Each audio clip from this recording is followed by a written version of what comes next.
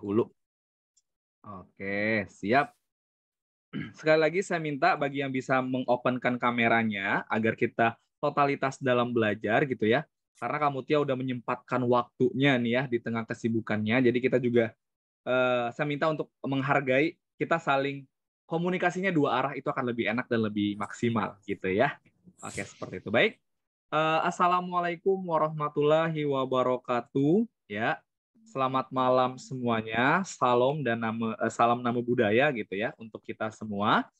Senang banget malam ini teman-teman semuanya. Masih banyak banget kalian yang memang terlihat sekali niatnya untuk menjadi karyawan BUMN ya. Saya doakan di sini kalian semua bisa menjadi salah satu karyawan BUMN karena bocorannya saya dengar-dengar tuh di terakhir dari senior itu FHCI kedua akan dibuka di akhir tahun ini nih Mbak Mutia. Cuman kita belum tahu ini benar atau enggak. Jadi dari sini kita harus sudah siap-siap. Seperti itu ya. Nah, hari ini merupakan kelas online terakhir ya, kelas online terakhir, tapi ini enggak mengakhiri gitu ya. Nanti insya Allah doakan saya sehat, akan banyak lagi program-program yang akan saya susun ke depannya untuk bisa membimbing kalian semua hingga bisa berhasil bareng-bareng. Kita belajar bareng-bareng.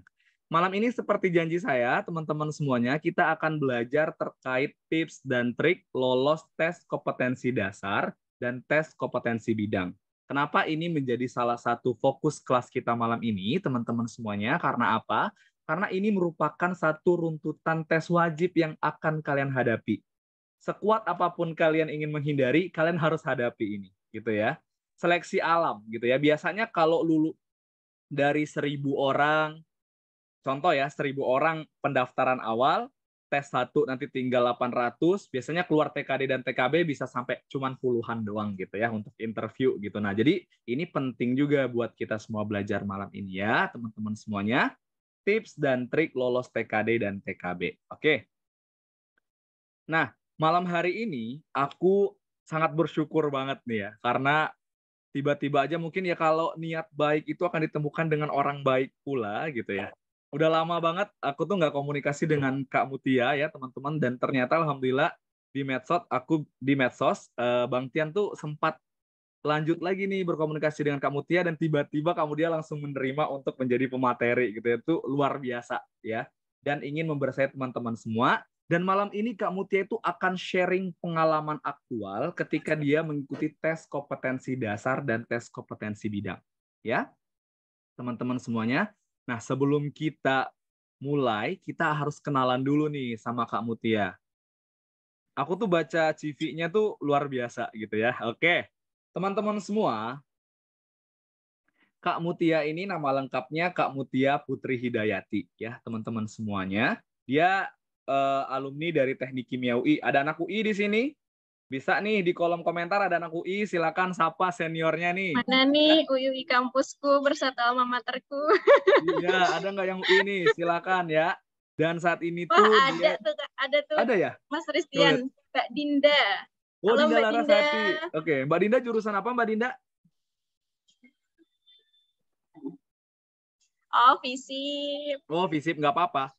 Perpajakan, tapi masih satu kok, anak pajak, anak keuangan juga dibutuhkan di Pertamina ya, kamu tuh ya, nggak gajian kita kalau nggak ada orang pajak ya, gitu.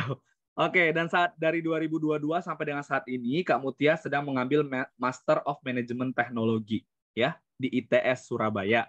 Untuk pengalaman kerjanya ya, aduh ini nggak usah ditanya ya. Ini Kartini masa depan banget. Jadi bagi kalian perempuan yang kemarin sempat hopeless, aduh aku bisa nggak ya kerja di oil dan gas? Inilah di depan kalian bukti nyatanya gitu ya. Sampai yang pertama, Kak Mutia ini merupakan quality engineer ya di Henkel Indonesia, dan yang 2016 sampai 2021 dia junior analis lab produksi Pertamina Lubricant. Di 2022 ini teman-teman semuanya, Kak Mutia ini adalah kepala lab produksinya gitu ya. Namanya kepala lab pasti nanti ada staf-staf di bawahnya. Ibarat dia sudah menjadi seorang leader di Pertamina Lubricant Gresik, Jawa Timur. Nah, untuk achievement-nya kalian bisa lihat sendiri nih, gitu ya. Ini Kak Mutia ini prestasinya itu nggak kaleng-kaleng gitu ya. Udah sampai ke internasional, dan dia itu juara kedua ya untuk winner Oil dan Gas Smart Competition SPAC Pacific Kuala Lumpur. dan juga ada sampai ke Dubai juga ya dengan hal yang sama ya kayaknya tuh Kak Mutia ya. Ini luar biasa. Dan best speaker juga nih di Singapura gitu ya. Dan masih banyak kalian bisa baca. Aku menspotkan itu di poin yang terakhir, teman-teman. Kalian bisa lihat ini ya. Kita nggak salah ya mengundang Kak Mutia. Karena apa, teman-teman? Kak Mutia ini juga seorang trainer untuk bimbingan praktis sarjana BPS dan ahli media BPA Pertamina 2021-2022 ya. Dia trainernya loh. Kalau kemarin ya, mungkin Kak Reza udah ketemu Ibu Popi selaku lingkup interview se-Indonesia. Ini kita lihat trainer BPS dan BPA-nya Pertamina gitu ya, 2021-2022. Untuk lebih detailnya nanti silakan kalian banyak tanya aja ke Kak Mutia, mumpung Kak Mutia lagi ada waktu ya, dan segala macam rupa nanti akrab aja. Untuk berikutnya, Kak Mutia ini kayaknya udah cukup aku perkenalin, kayaknya nggak selesai kalau dilihat prestasinya nih. Aku langsung kasih aja Kak Mutia waktu 60 menit 1 jam ke depan untuk memberikan materi. Silakan untuk memberikan informasi dan pengetahuannya kepada teman-teman semua. Akan menjadi amal jariah kita. Kepada Kak Mutia, aku persilahkan. Oke, terima kasih Mas Riztian. Assalamualaikum warahmatullahi wabarakatuh. Selamat malam teman-teman semua. Mungkin ini kalau yang di daerah timur Indonesia nih udah jam 9 malam berarti ya. Berarti ini benar. yang ikut dari wilayah timur nih luar biasa banget nih. Masih semangat ikut untuk sharing hari ini. Nah, saya sebelumnya terima kasih sama Mas Riztian dan tim sudah mengundang saya, mengajak saya untuk sharing ke teman-teman semua di sini.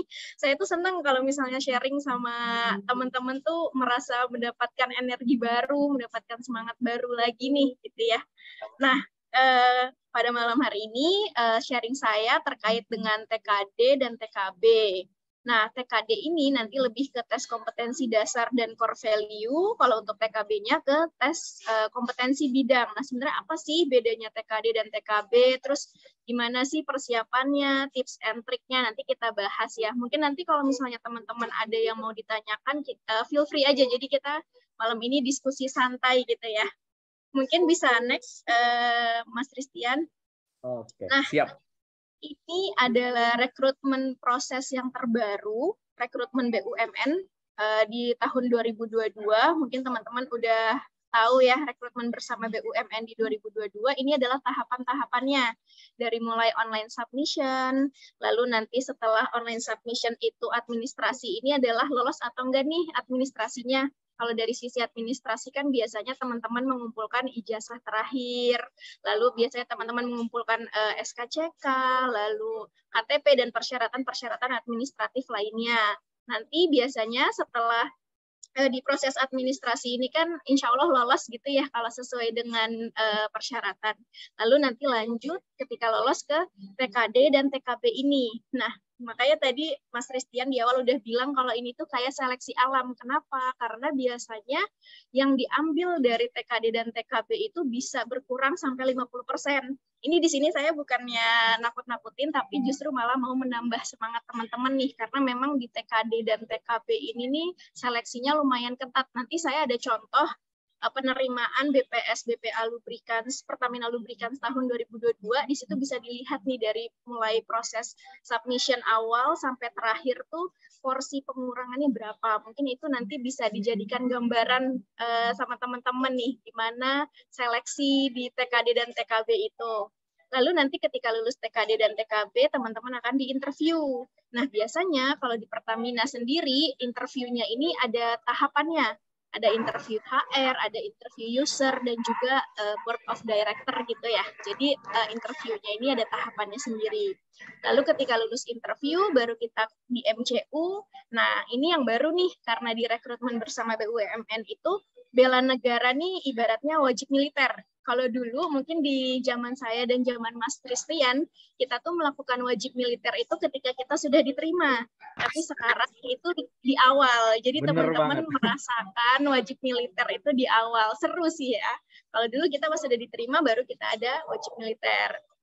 Yang terakhir itu proses inaugurasi. Nah, nanti mungkin saya akan tampilkan sedikit video waktu teman-teman BPS BPA Pertamina inaugurasi, biar teman-teman bisa melihat nih gimana perasaan mereka, gimana senangnya mereka. Jadi bisa menambah semangat teman-teman juga gitu ya. Nah, yang mau saya fokuskan malam ini kita bahas untuk TKD dan TKB. TKD-nya ini termasuk core value. Karena sejak 2021 Pak Erick Thohir itu sedang gencar-gencarnya dengan core value BUMN yaitu akhlak gitu ya. Mungkin bisa next Mas Ristian. Nah, ini adalah tes kompetensi dasar dan core value. Mungkin kita bahas core value dulu ya. Teman-teman asing nggak dengan core value akhlak ini? Jadi Pak Erick Thohir ini sempat menggembor-gemborkan terkait core value ini. Akhlak itu ada singkatannya amanah, kompeten, harmonis, loyal, adaptif, dan kolaboratif. Nah, di rekrutmen bersama BUMN ini itu ada nih masuk ke dalam tesnya. Dalam bentuk apa sih tes untuk core value akhlak ini? Dia lebih ke penerapannya. Jadi mungkin nanti kita bisa lihat di next slide-nya, penerapan dari amanah itu apa, kompeten itu apa, harmonis itu apa. Jadi lebih ke perilaku sehari-hari yang berkaitan dengan core value ini gitu ya. Terus selanjutnya ada tes psikotes. Nah, mungkin teman-teman di sini udah sering nih melakukan tes psikotes ini. Nah, di tes psikotes ini mereka ingin tahu daily personality, work personality. Jadi seperti tes psikotes misalnya teman-teman dari SMA mau ke kuliah biasanya ada tes psikotes ya. Itu kurang lebih sama seperti itu. Gitu. Mungkin bisa next Mas Ristian.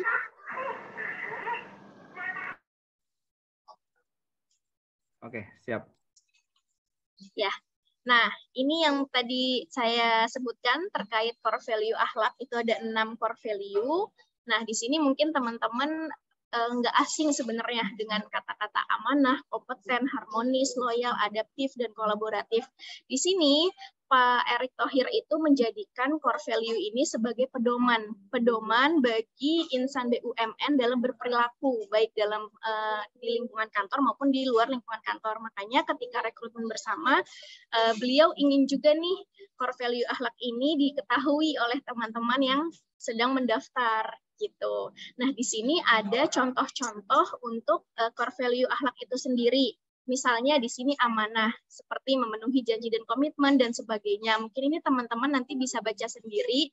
Cuman ketika di tes core value nanti itu lebih ke contohnya. Misalnya ada studi kasus contoh sehari-hari di lingkungan kantor. Nah, itu masuk ke core value yang mana? Misalnya ada seorang karyawan yang dia itu menciptakan suatu alat untuk mempermudah proses pekerjaan. Nah, itu dia masuk ke core value mana ya? Nah, itu mungkin nanti bentuknya seperti itu. Jadi bukan lebih ke amanah itu pengertiannya apa, bukan seperti itu, tapi lebih ke penerapannya di kehidupan sehari-hari. Contohnya tadi misalnya karyawan yang dia itu menciptakan alat untuk mempermudah pekerjaan. Berarti dia itu masuknya ke bisa ke adaptif. Adaptif itu apa? Terus-menerus melakukan perbaikan mengikuti perkembangan teknologi. Jadi kurang lebih seperti itu nih terkait core value. Saya kira kalau yang untuk core value ini teman-teman sudah memahami ya, karena kan memang 6 core value ini sebenarnya sudah insya Allah kita jalankanlah sehari-hari gitu ya. Oke, next untuk yang tes psikotesnya. Nah, untuk yang tes psikotes ini itu lebih ke ingin mengetahui. Jadi rekruter ini ingin mengetahui kepribadian teman-teman dari sisi daily personality-nya sama work personality.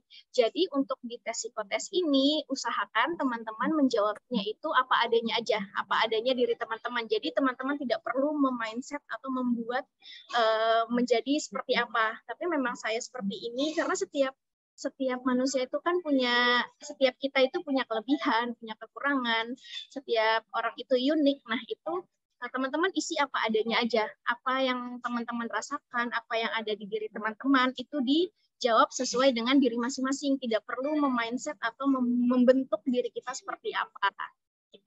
Gitu ya. Nah, ini contohnya nih, contoh cuplikan soal psikotes. Kalau ini sih sepertinya nggak perlu berpikir ya, ini masih gampang lah ya. Orang mengatakan saya ini memiliki hati yang keras, teman-teman tinggal jawab dari sangat setuju sampai sangat tidak setuju.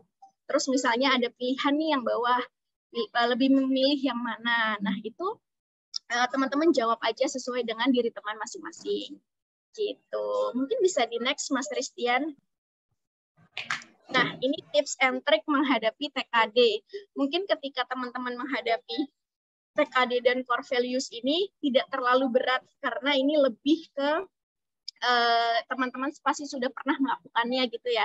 Mungkin yang tambahannya adalah memahami core value akhlak ini dan penerapannya.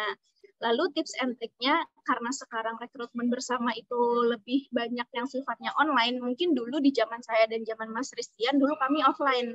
Jadi kami datang ke satu tempat, kita tes, ngisi gitu ya Mas Ristian ya. Kalau zaman dulu ya, kalau sekarang sepertinya sudah online, cuman misalnya teman-teman on cam gitu kan ya. Kita face to face ya Mbak ya. Iya, kok kayaknya kita berasa zaman kapan gitu ya Mas? Bener, udah lama banget gitu ya. Kayak udah lama gitu ya. Nah, kalau teman-teman yang sekarang kan lebih banyak online nih. Nah, sebenarnya yang pertama perlu diperhatikan itu sinyal atau jaringan teman-teman nih. Usahakan dalam kondisi yang baik. Terus teman-teman juga mengerjakannya di tempat yang menurut teman-teman tuh tenang, nyaman. Jadi suasananya tuh enak untuk mengerjakan. Nah, lalu dari segi ilmunya itu tadi memahami core value dan penerapannya tadi. Lalu untuk menjawab psikotes itu tadi mengenali diri sendiri dan menjawab pertanyaan psikotes sesuai dengan diri sendiri. Jadi teman-teman tidak perlu memaksakan atau tidak perlu membuat teman-teman itu menjadi seperti apa di psikotes itu. Jadi jawab aja apa adanya. Ini kurang lebih terkait TKD dan core value. Kayaknya kalau untuk TKD dan core value bisa lah ya, karena ini lebih terkait dengan kepribadian atau personality aja. Nah, ini next nih, yang kita butuh agak mikir, itu TKB. Kita masuk ke TKB, Mas Ristian.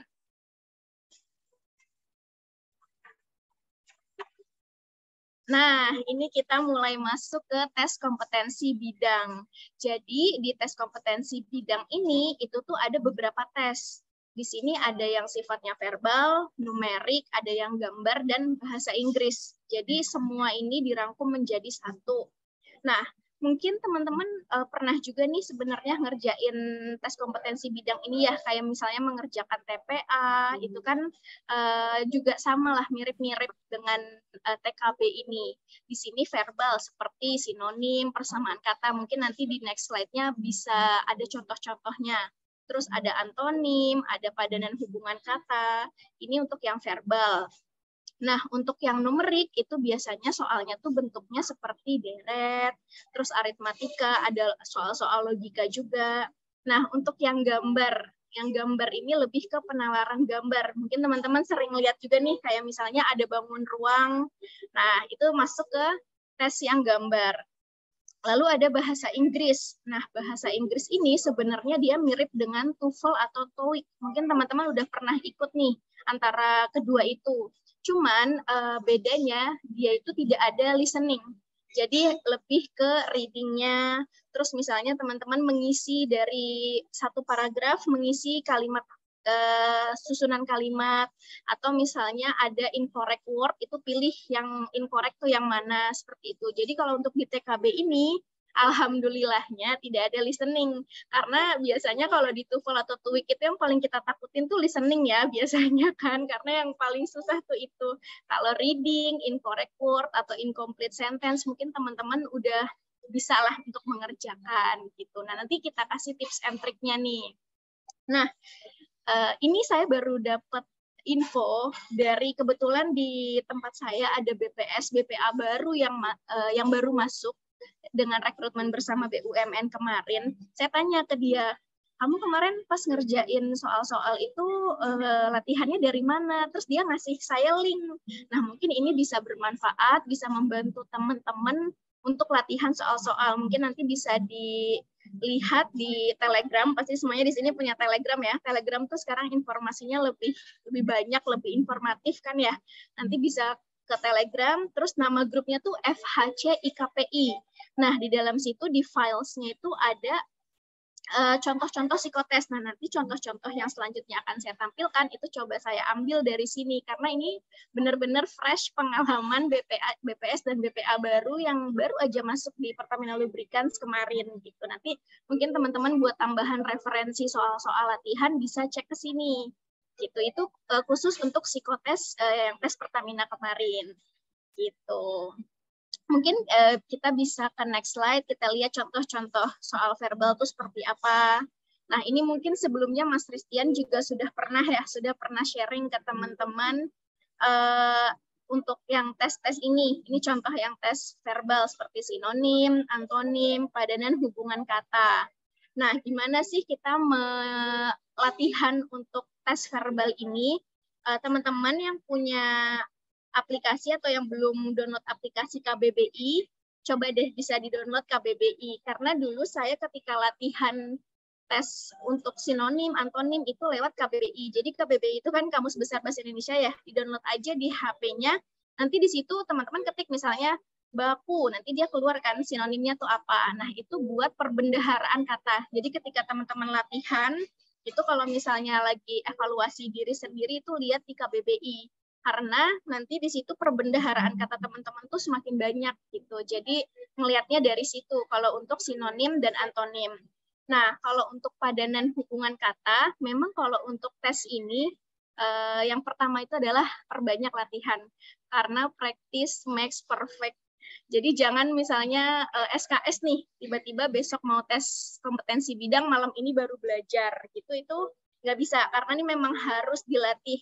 Jadi semakin sering teman-teman ngelihat soal, semakin sering teman-teman itu ketemu dengan kata-kata itu tuh semakin lancar gitu nanti pas mengerjakan. Jadi dulu ini cerita sedikit pengalaman saya waktu melamar kerja ya. Saya tuh waktu setelah lulus itu nggak langsung dapat kerja. Sebelum lulus saya udah mulai daftar kerja nih teman-teman. Dan saya tidak langsung lulus di lamar kerja yang pertama.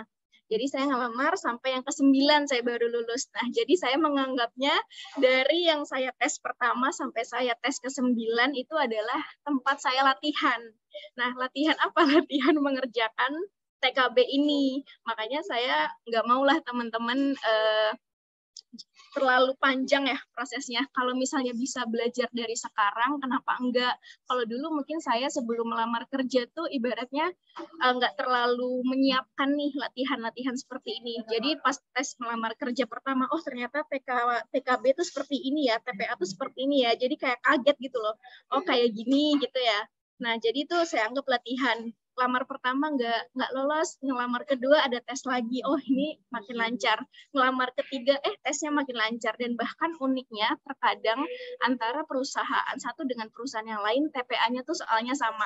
Karena saya pernah merasakan daftar di perusahaan A, daftar di perusahaan B, ternyata TPA-nya sama. Nah, itu saya makanya waktu itu mungkin pada saat saya merasakan kok saya nggak diterima-terima kerja ya, udah 9 kali ikut tes gitu ya.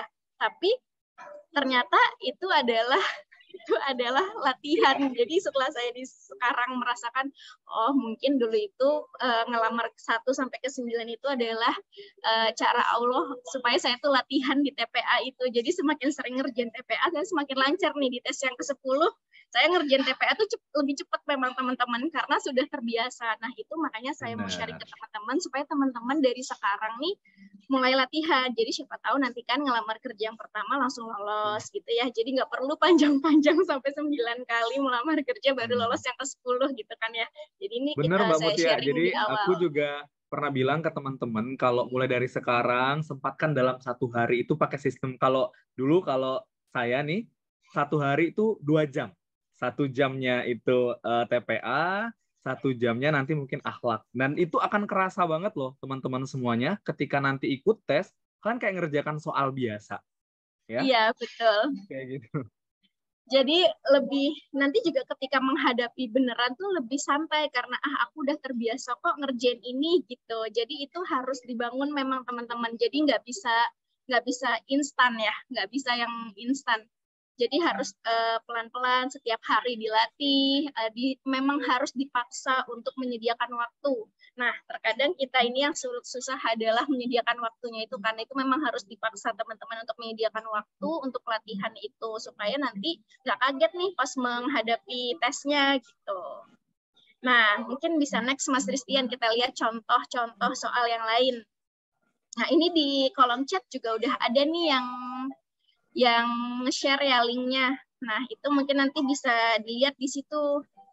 linknya ya. Di linknya itu contoh-contoh soalnya. Nah, ini contoh soal yang numerik. Contoh soal yang numerik itu lebih ke tes logika, terus tes deret seperti itu ya. Ini contohnya tes logika nih yang bawah nih. Henry lebih cepat dari Maria, Maria lebih cepat daripada Eko dan sebagainya. Nah, ini contoh tes numeriknya.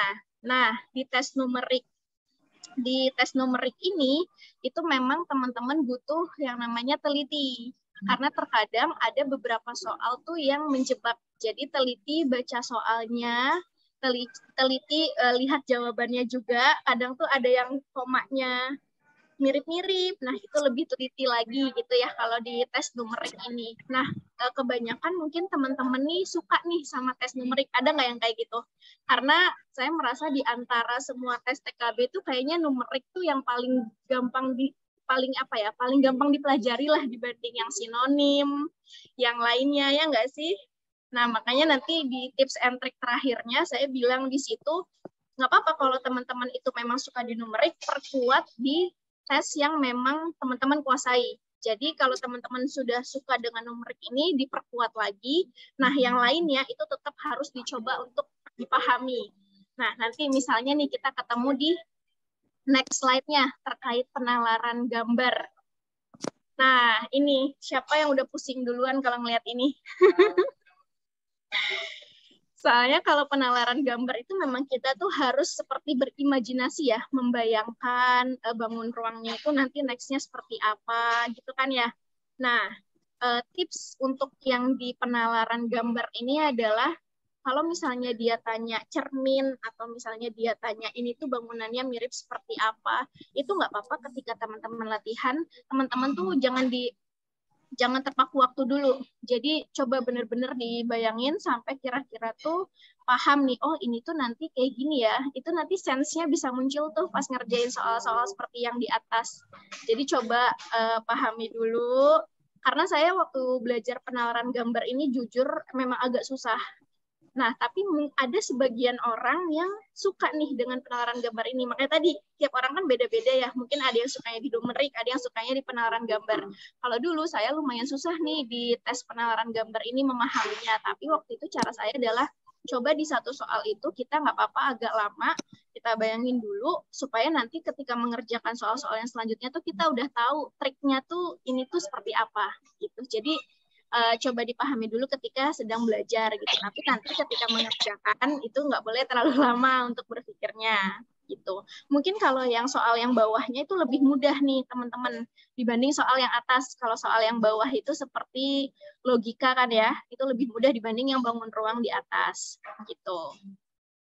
Nah, next-nya kita ada soal bahasa Inggris. Nah, ini bahasa Inggris tadi. Ini contohnya nih, incomplete sentence, reading comprehension. Sebenarnya tuh belajarnya tuh caranya gimana sih? Nah, belajar untuk ini itu adalah selain latihan soal itu udah pasti ya, semua TKB itu yang pertama adalah perbanyak latihan soal. Nah, untuk yang bahasa Inggris ini, terutama yang bagian reading, itu teman-teman luangin waktu, misalnya baca artikel, atau misalnya baca buku bahasa Inggris, itu supaya perbendaharaan kata teman-teman tuh semakin banyak. Gitu. Jadi itu sih yang coba saya lakukan ketika tes ini, ketika mau menghadapi tes ini. Atau misalnya teman-teman yang suka sama lagu, itu juga bisa belajar dari situ. Itu lebih bermanfaat lagi untuk listening. Tapi karena di sini nggak ada listening, jadi hanya ada seperti reading, incomplete sentence ini supaya perbendaharaan kata teman-teman tuh makin banyak gitu ya. Itu rajin-rajin baca artikel-artikel gitu ya. Misalnya di LinkedIn itu ada Harvard Business Review. Coba deh dibuka itu seminggu tuh dia ngeluarin 2-3 kali artikel ringan, artikel sehari-hari yang bisa teman-teman baca. Nah, terus untuk mengerjakan ini, itu sebenarnya banyak di YouTube juga teman-teman tips and trick-nya. Jadi misalnya nih, ini kan lebih ke grammar ya kalau pertanyaan yang atas. Itu ada contoh-contoh di YouTube, dia menjelaskan bagaimana cara menjawabnya dan membahasnya juga gitu. Dibahas satu-satu kalau misalnya ketemu kata seperti ini itu harus seperti apa. Itu di YouTube tuh banyak teman-teman bisa belajar dari YouTube untuk yang incomplete sentence ini. Gitu kalau untuk yang bahasa Inggris. Nah, mungkin bisa next Mas Ristian.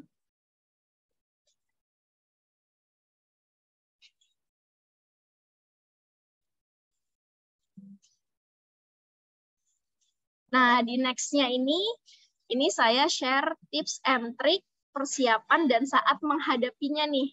Jadi kalau untuk persiapannya, yang pertama pasti perbanyak latihan soal-soal dan coba ketika lagi latihan soal itu di set timernya, terus kita evaluasi nih hasil kita. Misalnya kita ngerjain biasanya satu paket kan ya, satu set itu isinya ada verbal, ada numerik dan sebagainya, itu coba dikerjakan satu set, terus dievaluasi nanti hasilnya nilainya berapa. Nanti di next-nya lagi pas kita ngerjain lagi kita coba lihat nih hasil kita berapa, meningkat atau enggak. Jadi kan kita bisa mengevaluasi diri kita sendiri ya. Pertama kali ngerjain itu nilainya berapa, next-nya berapa nih. Itu harusnya ada peningkatan gitu. Jadi sambil kita membahas jawabannya, kita evaluasi nilai kita tuh kira-kira salahnya di mana.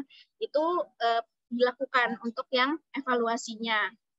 Terus tadi yang kedua, download aplikasi KBBI untuk memperbanyak perbendaharaan kata untuk tes verbal tadi ya. Kalau untuk tes verbal tuh dulu tuh saya rajin banget buka KBBI kayak ini apa ya sinonimnya, ini apa ya antonimnya.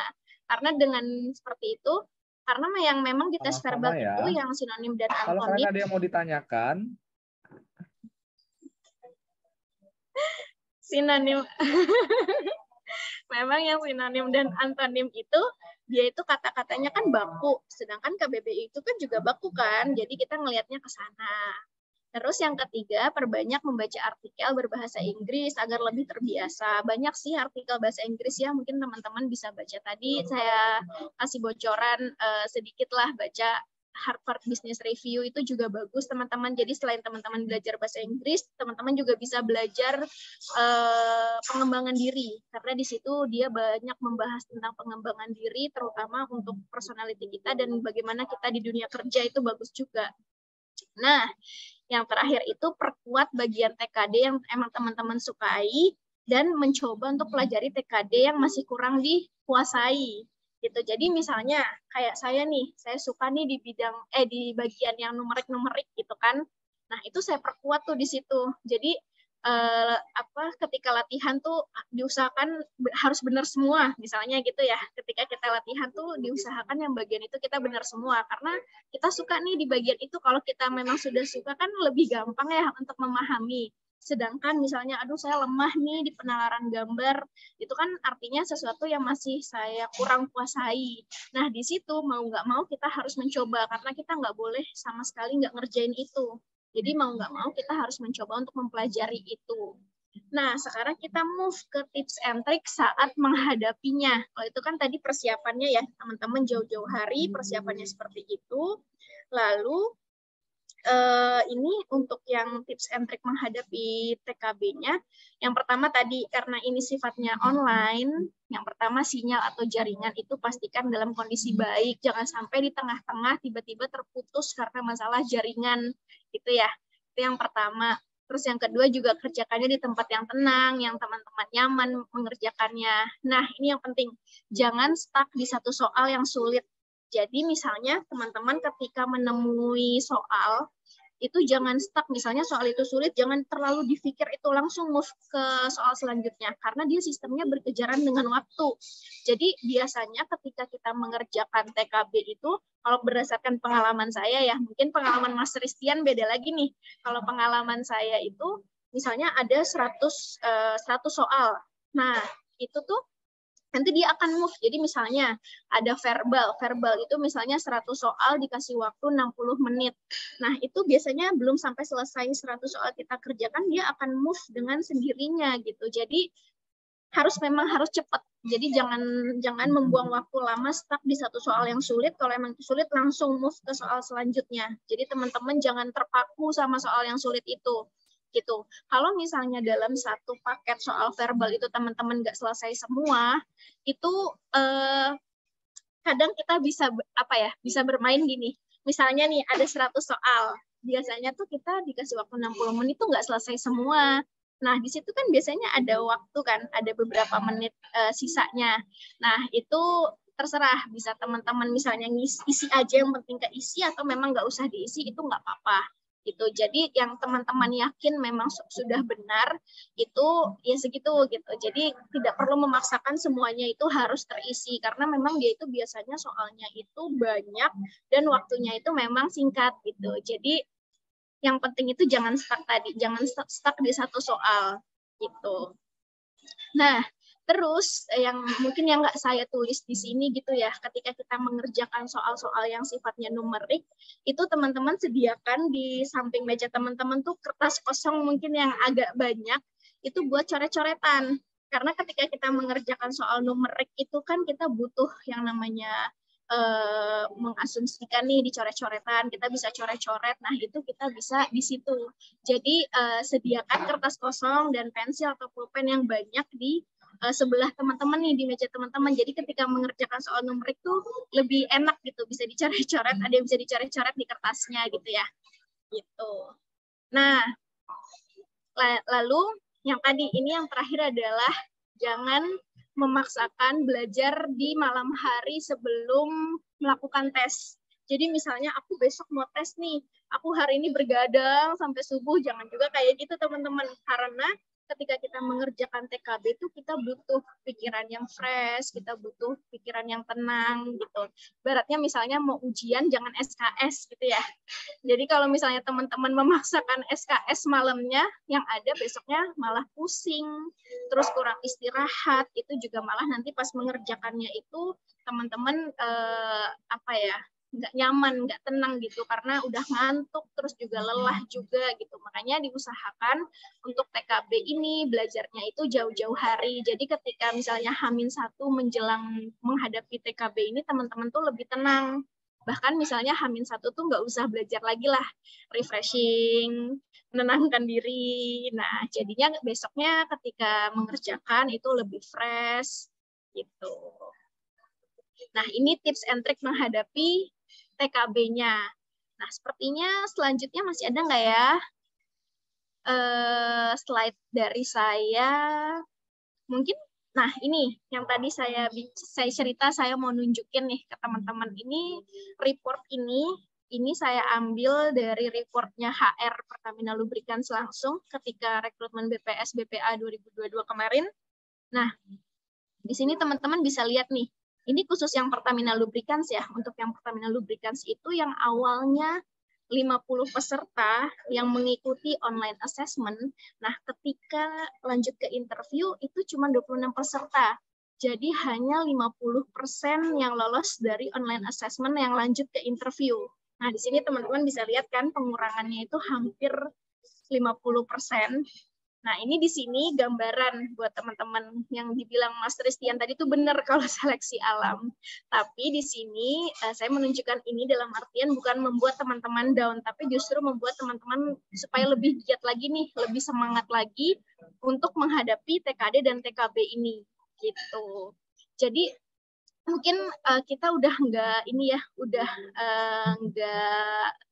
terbiasa dengan kata-kata kalau ngerjain soal kayak gitu sih keberuntungan, itu kayaknya jauh banget dari pikiran saya. Karena menurut saya tuh ketika kita memang belajar rutin, ketika kita banyak latihan, itu tuh yang namanya TKD, TKB itu bukan karena kita beruntung bisa lolos, tapi memang karena kita banyak latihan gitu. Mungkin keberuntungan itu cuma berapa persen dari apa yang sudah kita coba latihan sehari-hari, apa yang sudah coba kita usahakan sehari-hari gitu ya.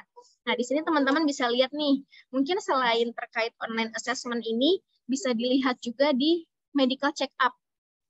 Nah, ini mungkin saya tambahannya Mas Christian sharing sedikit yang medical check up. Yang medical check up itu bisa teman-teman lihat dari 21 peserta, ternyata yang lolos sampai yudisium itu 10 peserta. Jadi berkurang tuh 50%-nya.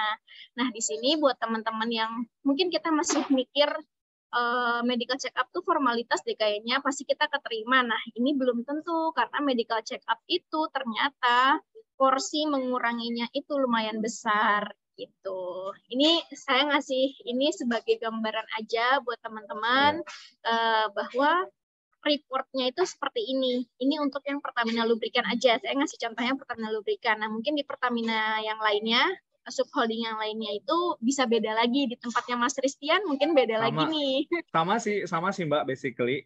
Dan yang sangat menakutkan tuh yang kita nggak tahu kesalahan kita di mana tuh biasanya di medical check up. Terkadang misal kita lihat si Mas Farel Adiwara, medical check up-nya sehat-sehat aja, tetapi ketika keluar nggak ada namanya gitu ya. Karena kita nggak bisa tahu itu di mana kesalahannya gitu. Iya, betul. Nah, setelah slide ini sepertinya ada sedikit video ya.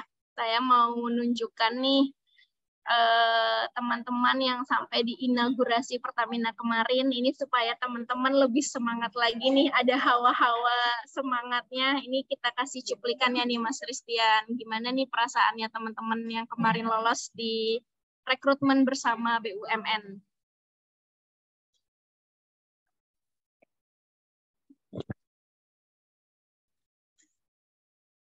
Sebentar ya, aku share sound dulu biar kalian ngerasa feel di saat ini tuh air mata jadi satu gitu ya.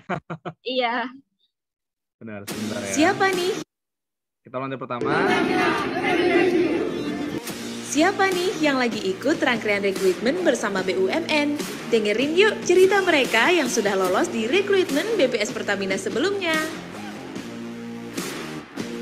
Yang pasti kabarin keluarga sih. Orang tua saya. Itu orang tua ya, mama saya Yang jelas orang tua, ayah dan ibu. Waktu itu mama. Mama aku pastinya. 3-4 kali, Mas. Baru pertama aku dites. Ini pertama kali. Ini udah yang ketiga. Ini pertama kali. Online assessment. Interview terakhir sama top manajemen. Yang paling awal. Psikotes online. Online assessment, BOD yang terakhir ya. Mempersiapkan diri, entah itu belajar, lalu be confident, be you, seperti itu, lakukan yang terbaik, jangan lupa yang terpenting, berdoa kepada Allah Subhanahu wa taala, minta restu kedua orang tua dan keluarga. Semangat untuk sobat Pertamina. Nah, gimana nih teman-teman abis ngelihat video, ada deg-degannya nggak? Merinding-merinding nggak? Gimana? Kalian pasti pengen berada di posisi ini kan ya. Kita doakan ya 100 orang di sini tuh bisa sampai ke inaugurasi nantinya ya. Amin, amin. Iya, tadi teman-teman dengar sendiri ya dari pengalamannya teman-teman itu bilang yang paling berat apa ya, tes yang paling berat, ada yang bilang online assessment, ada yang bilang interview top management. Nah, itu pengalaman mereka sendiri nih, pengalaman mereka. Nah, terus setelah mereka cerita pengalamannya mereka itu juga tadi kan bagaimana kita menghadapinya, perbanyak belajar, perbanyak latihan, usaha juga, dan yang terpenting juga jangan lupa berdoa. Minta doa juga ke orang tua karena orang tua kita tuh doanya tuh luar biasa. Jadi minta doa ke orang tua juga teman-teman gitu. Kita lanjut, Mbak. Oke, mungkin sepertinya slide-nya sudah habis ya Mas Ristian ya. Mungkin selanjutnya kita bisa lebih banyak sharing atau diskusi. Mungkin teman-teman ada yang mau ditanyakan. Dipersilahkan. Oke, siap. Terima kasih Mbak Mutia. Ini luar biasa banget ya.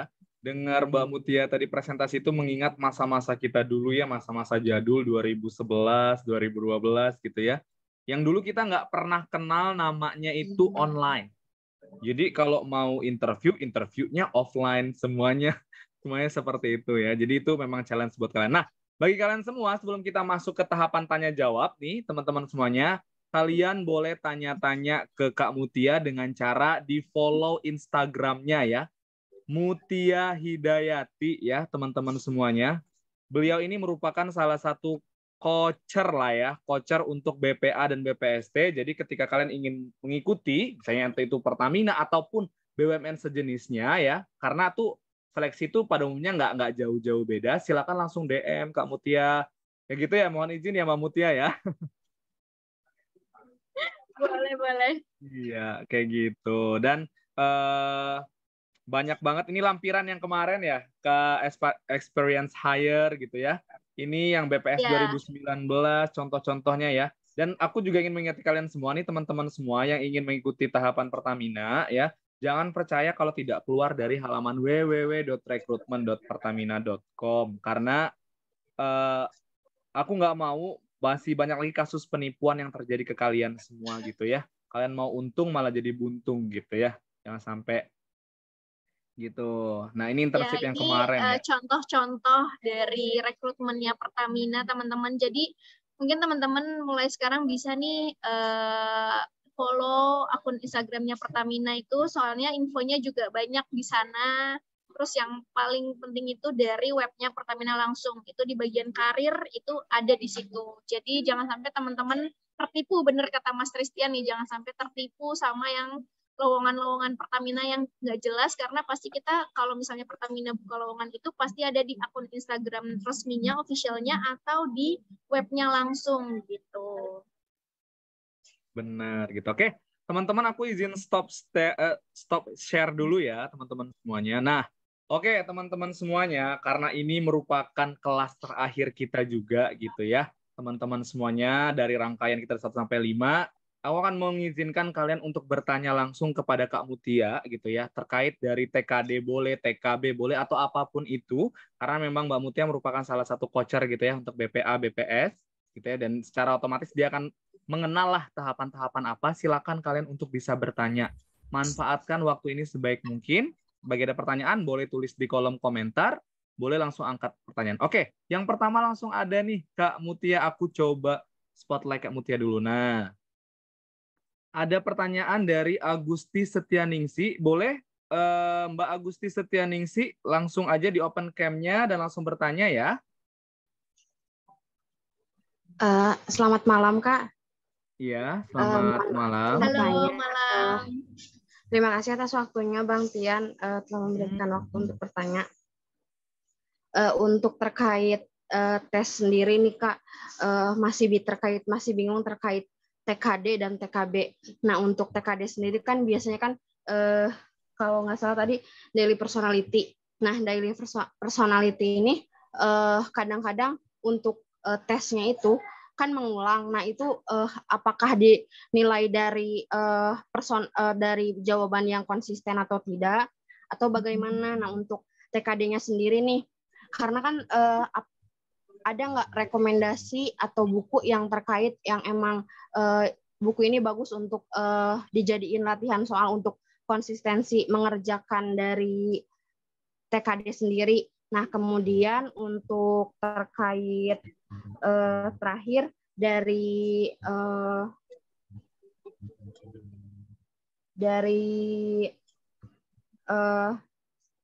tes-tes yang dilalui sendiri, kayak misalkan bahasa Inggrisnya itu ada minimal kayak skor TOEFL atau yang emang ketentuan dari perusahaannya yang biasanya lolos itu kayak skornya dari berapa sampai berapa range-nya gitu, Kak. Mungkin itu dulu yang saya tanyakan. Terima kasih banyak. Oke, terima kasih Kak Agusti. Kak Agusti dari mana nih asalnya? Iya, perkenalkan saya Gusti dari Bandung. Oh, dari Bandung. Oke, Kak Mutia, Mbak Agusti ini bertanya, buku apa yang direkomendasikan untuk belajar tes gitu ya, tes TKD dan segala macam rupa. Dan itu dulu mungkin bisa dijawab. Oke, terima kasih Mbak Gusti pertanyaannya. Ini terkait TKD ya. Kalau TKD itu sebenarnya tuh kita, saya menganggap sebagai rekruter ya. Kalau sebagai rekruter itu sebenarnya TKD itu hanya ingin melihat nih teman-teman itu tuh personality-nya ketika nanti di tempat kerja tuh seperti apa. Misalnya contohnya, dia itu bisa nggak menghadapi tekanan. Jadi bekerja di bawah tekanan itu bisa atau enggak. Terus dia tipenya seperti apa? Tipe yang memang senang bersosialisasi atau tipe yang senang menciptakan sesuatu hal yang baru. Kan ada ya, tipe orang tuh ada yang senangnya lebih ke sosialisasi dengan banyak orang, lebih adaptif. Tapi memang ada orang yang lebih tidak terlalu bersosialisasi, tapi sebenarnya dia tuh menciptakan sesuatu gitu. Jadi dia hanya mau melihat. Jadi rekruter tuh mau melihat tipe orang ini tuh lebih ke tipe yang mana. Nah, mungkin misalnya nih ketika sebenarnya tuh teman-teman bertanya-tanya, sebenarnya tuh perusahaan tuh maunya yang orang seperti apa sih gitu kan ya, ketika mengerjakan TKD itu. kalau misalnya beberapa yang saya tahu pengalaman dari beberapa teman-teman yang sudah pernah mengikuti TKD, itu biasanya yang lolos itu adalah teman-teman yang sifatnya itu lebih adaptif. Jadi misalnya nih, adaptif di sini adalah ketika mengisi tes psikotes itu, memang teman-teman menjadi diri sendiri, tapi ketika teman-teman di situ terlalu ansos juga, misalnya ada pilihan untuk bersosialisasi dan tidak bersosialisasi, teman-teman pilih tidak bersosialisasi. Nah, itu juga dilihat oleh rekruternya agak susah nih, karena memang kalau di dunia kerja itu kan kita tidak mungkin bekerja sendirian, karena kita pasti bekerjanya itu berkoordinasi, berkolaborasi. Nah, itu mungkin ke arah yang sana. Itu salah satu contoh tips-tips ketika menghadapi TKD. Jadi apa sih? Mungkin kalau buku yang bisa dibaca itu adalah yang bagaimana bagaimana ketika kita nanti ada di dunia kerja itu seperti apa, rekruter tuh butuh orang yang seperti apa. Nah, tadi ketika saya bilang Harvard Business Review, itu dia banyak sekali membahas terkait personality di dunia kerja. Seperti apa sih yang dibutuhkan oleh perusahaan untuk karyawannya tuh yang seperti apa. Terus bagaimana milenial, kita kan disebutnya milenial ya. Milenial itu gimana sih? Ada tuh satu buku, saya tahu judulnya, tapi saya lupa pengarangnya siapa. Dia itu di situ bilang apa yang diinginkan oleh milenial di dunia kerja dan bagaimana perusahaan untuk menghadapinya gitu. Jadi di situ bukunya tuh di situ isinya adalah menceritakan gimana sih sebenarnya milenial itu di dunia kerja tuh apa yang mereka mau sih. Nah, si perusahaan itu bagaimana menghadapi milenial itu. Nah, itu adalah salah satu contoh di mana perusahaan itu tuh butuh kriteria milenial yang seperti apa. Nah, itu sebenarnya contoh-contoh aja gitu ya, teman-teman ya, kalau untuk yang terkait TKD. Karena sebenarnya di TKD ini tidak ada yang benar, tidak ada yang salah. Jadi nggak ada scoring, nggak kayak TKB. Kalau TKB kan ada benar, ada salah gitu ya. Kalau TKD itu nggak ada, semuanya benar. Karena itu adalah kepribadian orang masing-masing. Cuman bagaimana kepribadian itu yang cocok dengan perusahaan gitu. Nah, terkadang ini juga unik nih teman-teman. Karena kita sekarang lagi bahasnya tentang BUMN, pastinya yang dibutuhkan itu karakter orang yang tadi, misalnya contohnya yang adaptif, gampang beradaptasi, bisa berkolaborasi. Tapi mungkin misalnya teman-teman tertarik daftar ke perusahaan lain yang terkait misalnya lebih ke penelitian, LIPI misalnya gitu ya. Nah, itu mungkin karakter orangnya akan beda lagi. Karena yang mereka butuhkan itu sebenarnya nggak terlalu butuh orang yang gampang bersosialisasi atau apa, tapi mereka lebih butuh orang yang tekun, mereka lebih butuh orang yang teliti. Nah, itu beda terkadang sesuai dengan kebutuhan perusahaan. Tapi karena kita sekarang lagi bahas BUMN nih, nah BUMN mungkin teman-teman bisa lihat nih dari Mas Ristian gimana, dari saya gimana, kurang lebih kita sama kan ya, maksudnya sama dalam artian cara kita bersosialisasi. Nah, itu mungkin seperti itu gambarannya gitu. Oke, itu jawaban pertama. Pertanyaan yang kedua untuk tes bahasa Inggris, katanya kayak gitu. Mbak Mutia nanyanya, kalau tes bahasa Inggris itu apakah ada skor standarnya atau enggak sih? Kalau kita dulu kan, zaman kita dulu TOEFL tuh kalau nggak salah masih 450 ya. Kalau sekarang kayaknya udah 500 kayak gitu. Nah, kira-kira itu seperti apa, Mbak Mutia? Oh ya, oke. Kalau untuk tes bahasa Inggris itu memang dia ada skornya. Cuman karena ini kan kita bahasa Inggris itu salah satu bagian dari TKB ya. Jadi di situ nggak ada misalnya persyaratan skornya berapa gitu. Tapi kalau misalnya teman-teman submit sertifikat TOEFL, submit sertifikat TOEIC itu ada. Jadi kalau berdasarkan yang tahun ini, tahun 2022 itu kalau untuk TOEFL itu tuh di 470. Kalau untuk TOEFL, kalau untuk TOEIC-nya itu di 620. Itu yang saya pernah tahu ya, pengalaman yang teman-teman yang submit sertifikat tuh nilainya skornya di situ untuk BUMN gitu. Jadi kalau saya rasa sih teman-teman dengan TOEFL minimal 470 insya Allah bisa memenuhi lah, karena ketika kita masuk kuliah juga itu kan pasti biasanya ada tes TOEFL ya, itu aja biasanya sudah dipersyaratkan di minimal 450 kan untuk TOEFL-nya. Jadi untuk mencapai di 470 itu sepertinya tidak terlalu berat. Cuman mungkin dulu itu pas kita mau masuk kuliah udah berapa tahun yang lalu nih, yang sekarang mungkin memang harus dilatih lagi supaya inget lagi gitu. Iya, siap. Nah, itu ya teman-teman ya, kalau standar kemarin itu tergantung juga sih. Ada juga misalnya kayak di PHE gitu, Mbak, dia 500 kayak gitu ya. Oh, beda ya? Iya, beda-beda. Iya. Jadi beda-beda gitu. Jadi kalau main amannya itu ya paling nggak ya dalam 500 lah, biar saingannya kan banyak seluruh Indonesia gitu ya, kayak Betul. gitu. Soalnya dulu Bang Tian teman-teman pas-pasan banget 500, Bang Tian 502. Aduh, Itu udah gitu lebih, ya. udah lebih. Ya lebih 2 gitu ya. Jadi kalian yang saat ini teman-teman semua yang memang belum TOEFL, silahkan mulailah belajar TOEFL, tes TOEFL di instansi-instansi kayak gitu ya. Dan TOEFL itu harus dari instansi yang terpercaya ya Mbak Mutia ya, bukan yang asal Iya, itu. betul. Dia harus berlisensi, jadi gitu ya. Apalagi kalau ikut di online yang prediksi-prediksi doang itu nggak bisa diterima. Iya, nah ini kebetulan ada yang nanya nih, Mas Iya. Christian, Oh. di kolom chat, apakah untuk skor TOEFL prediksi juga berlaku, Kak? Nah, itu yang barusan dibilang sama Mas Christian tadi, kalau prediksi Iya. nggak berlaku, karena ibaratnya kalau prediksi itu adalah teman-teman belajar nih, latihan TOEFL, jadi prediksinya segini. Tapi kalau untuk TOEFL yang disubmit itu TOEFL yang benar-benar sertifikat TOEFL-nya, bukan TOEFL prediction, atau biasanya kan di online-online tuh ITP prediction kayak gitu-gitu nggak bisa teman-teman. Jadi memang teman-teman tes TOEFL di misalnya di lembaga bahasa Inggris kayak IF atau LIA dan sebagainya, atau di kampus-kampus pasti itu ada kan ya tes TOEFL tuh biasanya. Iya. Lebih enak juga mungkin kalau ikut yang di kampus-kampus gitu. Bener. Nah, jadi yang sekarang kalau belum tes TOEFL deh. Soalnya sekarang seluruh BUMN tuh harus mensubmitkan TOEFL, ketimbang nanti nggak ribet pada saat 1 bulan lagi, nah kalian keteteran tuh, gitu ya. Iya, karena TOEFL kan Oke. lumayan lama nih berlakunya. Jadi ketika memang ada bukaan BUMN, teman-teman bisa langsung submit, nggak perlu pusing lagi tes TOEFL. Jadi bisa mempersiapkan hal yang lainnya gitu. Oke, siap. Itu tadi pertanyaan pertama ya dari Kak Gusti. Yang kedua tadi ada yang mau nanya ini, yang dari Tuban tadi kayak Imam Syafi'i ya. Kak Imam Syafi'i mau tanya apa? Boleh silakan langsung ke Kak Mutia ya.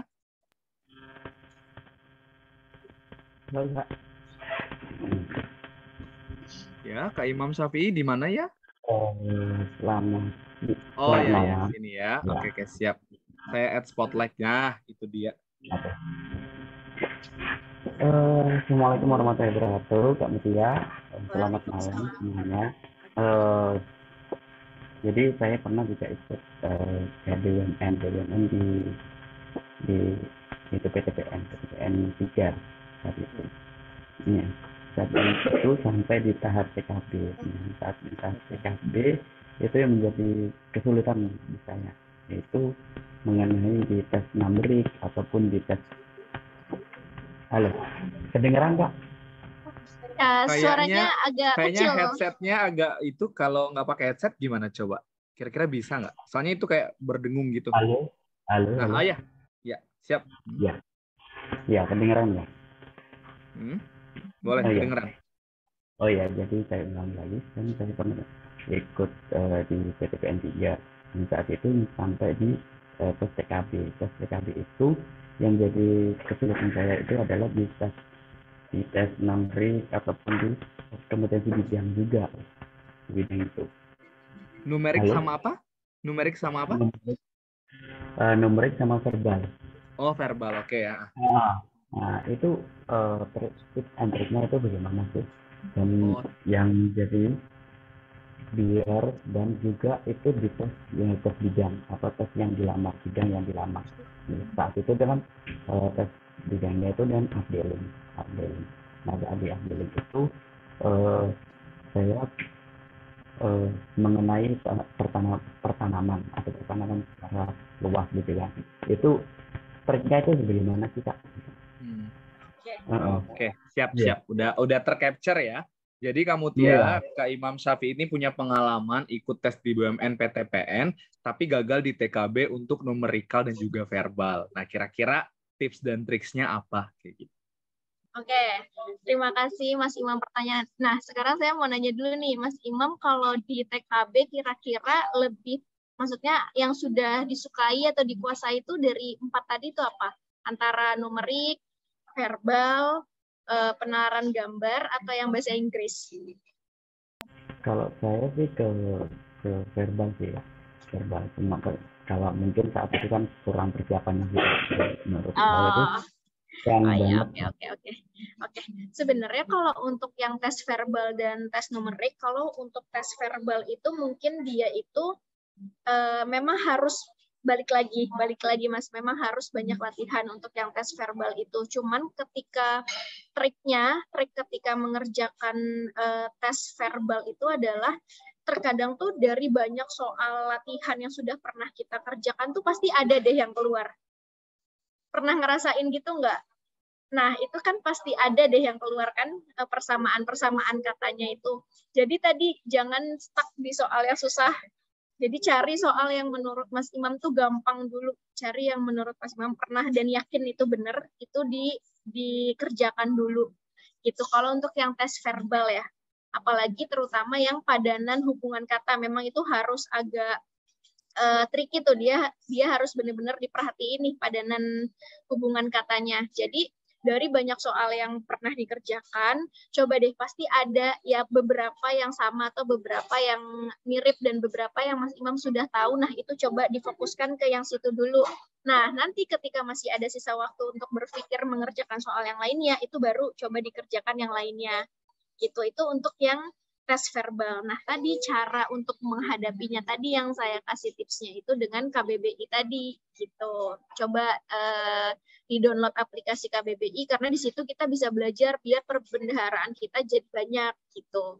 Nah, kalau untuk yang numerik, nah yang numerik ini kan juga macam-macam nih ya Mas, ada yang terkait dengan deret, ada yang logika gitu. Nah, ini juga Mas Imam bisa nentuin nih lebih menguasai yang mana, yang deret kah, yang logika kah. Kalau memang lebih seneng yang deret, kerjain yang deret dulu.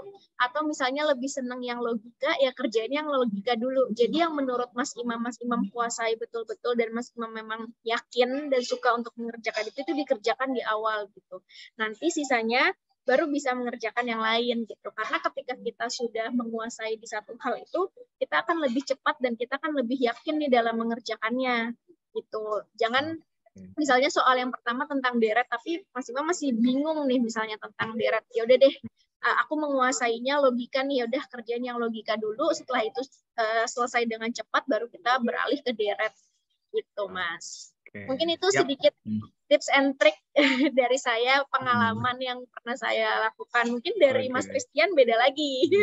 Iya, kalau dari saya pribadi ya Mas Imam Syafi'i, Mas Imam ya, dan untuk seluruh para calon perwira BUMN di sini ya, untuk TKD itu intinya cuma satu, latihan, gitu ya. Kalau kalian nggak latihan ya, kalau kalian nggak awam dengan soal-soal itu, di tengah waktu yang sempit, itu kalian pasti akan keteteran. Belum lagi kalian panik dan segala macam rupa. Makanya tadi ya, entah itu verbal, entah itu numerical, entah itu gambar, entah itu bahasa Inggris, satu, itu adalah di latihan. Gitu ya. Dan sekarang Bang Tian saran kepada kalian, 1 hari deh, 1 jam, jangan 2 jam.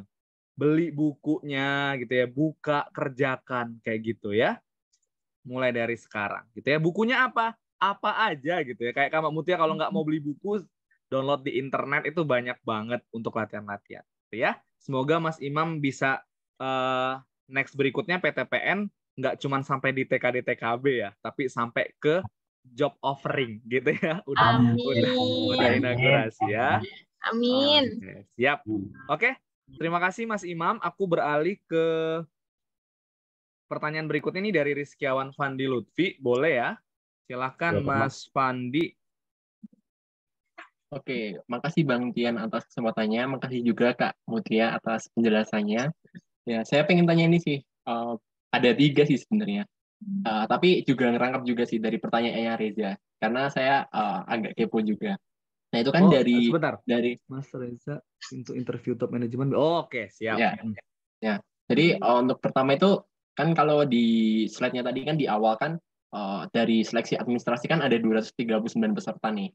Nah, terus di tahap berikutnya itu tinggal kira-kira 50 peserta. Berarti kan acceptance rate-nya itu cuma 21%. Nah, itu selain dari CV itu biasanya apa ya, Kak?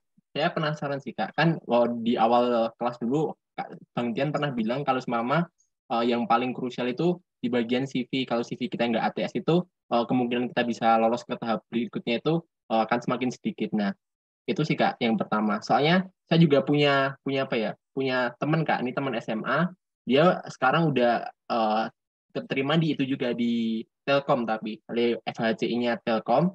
Nah, Kalau dari pengalamannya dia itu, kalau ketika kita itu punya pengalaman magang di BUMN, itu kemungkinan besar kita bisa ke situ itu lebih besar gitu, Kak.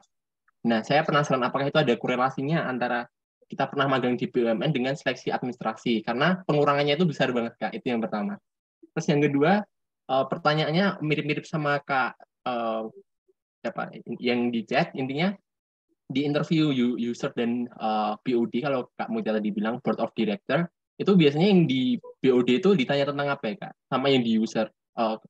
Kalau di SR kan mungkin kita udah familiar, mungkin yang ditanya tentang culture, visi perusahaan dan sebagainya. Nah, boleh share nggak sih, Kak, tentang user sama di BOD-nya?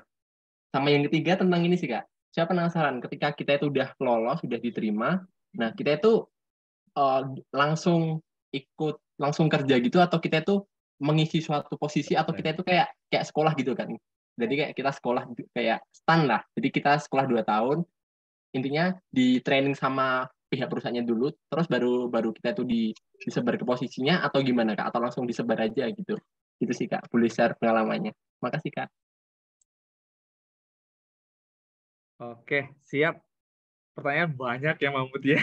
Saya coba mengingat dari pertanyaan yang pertama tadi. Oke, sebentar, aku ini baterainya mau habis, aku ambil casan dulu ya. Oke, mungkin dari yang pertama ya, yang online. Boleh Mbak Mutia, aku ambil, iya. aku ngecas dulu. Mungkin saya jawab dari pertanyaan yang pertama ya, Mas Rizky, yang terkait online submission. Nah, sebenarnya tuh seperti apa sih? Memang ketika online submission itu kan banyak syarat-syarat administrasi. Itu yang pertama tuh harus dipenuhi semuanya dulu. Jadi mungkin yang gagal itu adalah yang salah satunya atau salah duanya itu tidak terpenuhi, atau juga hati-hati, misalnya kan kalau sekarang kita online ya, online submission itu kan upload, sistemnya kan upload. Nah, takutnya dia ada yang nggak ke-upload, atau misalnya dia ke-upload tapi jelek fotonya, dokumennya atau gambar rusak, itu resolusinya tuh nggak bagus, jadi nggak kelihatan nih sama yang nanti meriksa, seperti itu. Itu yang pertama dari sisi yang benar-benar teknisnya. Nah, kalau kita beralih ke CV, ini coba saya bedakan jadi 2 ya. Gimana CV untuk fresh graduate, gimana CV untuk yang punya experience kerja. Nah, sebenarnya tuh sekarang tuh kalau teman-teman dari segi template ya, itu tuh bisa di internet tuh banyak template-template CV yang bagus, tapi isinya tuh apa aja sih? Mungkin kalau teman-teman yang fresh graduate, itu bisa dijelaskan sedikit tentang profil singkatnya. Profil singkat tuh dalam artian masnya itu lahir di mana, asalnya dari mana, itu tentang profil singkat. Terus yang penting yang kedua adalah educational background. Nah, educational background ini nggak perlu dari TK. Jadi nggak perlu misalnya TK-nya di mana, SD-nya di mana, itu nggak perlu. Cukup dari kuliah aja. Misalnya D3 mana atau S1 mana. Nah, itu yang pertama, educational background-nya dari kuliah.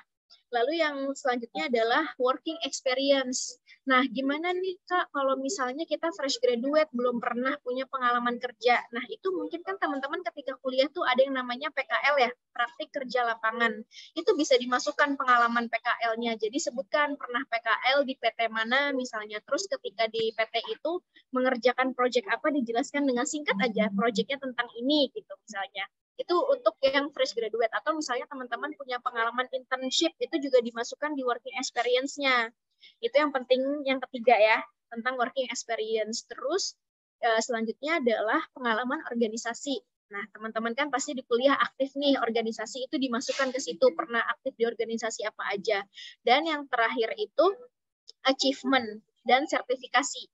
Jadi misalnya teman-teman selama kuliah itu punya achievement apa, itu dimasukkan, dan juga training dan sertifikasi.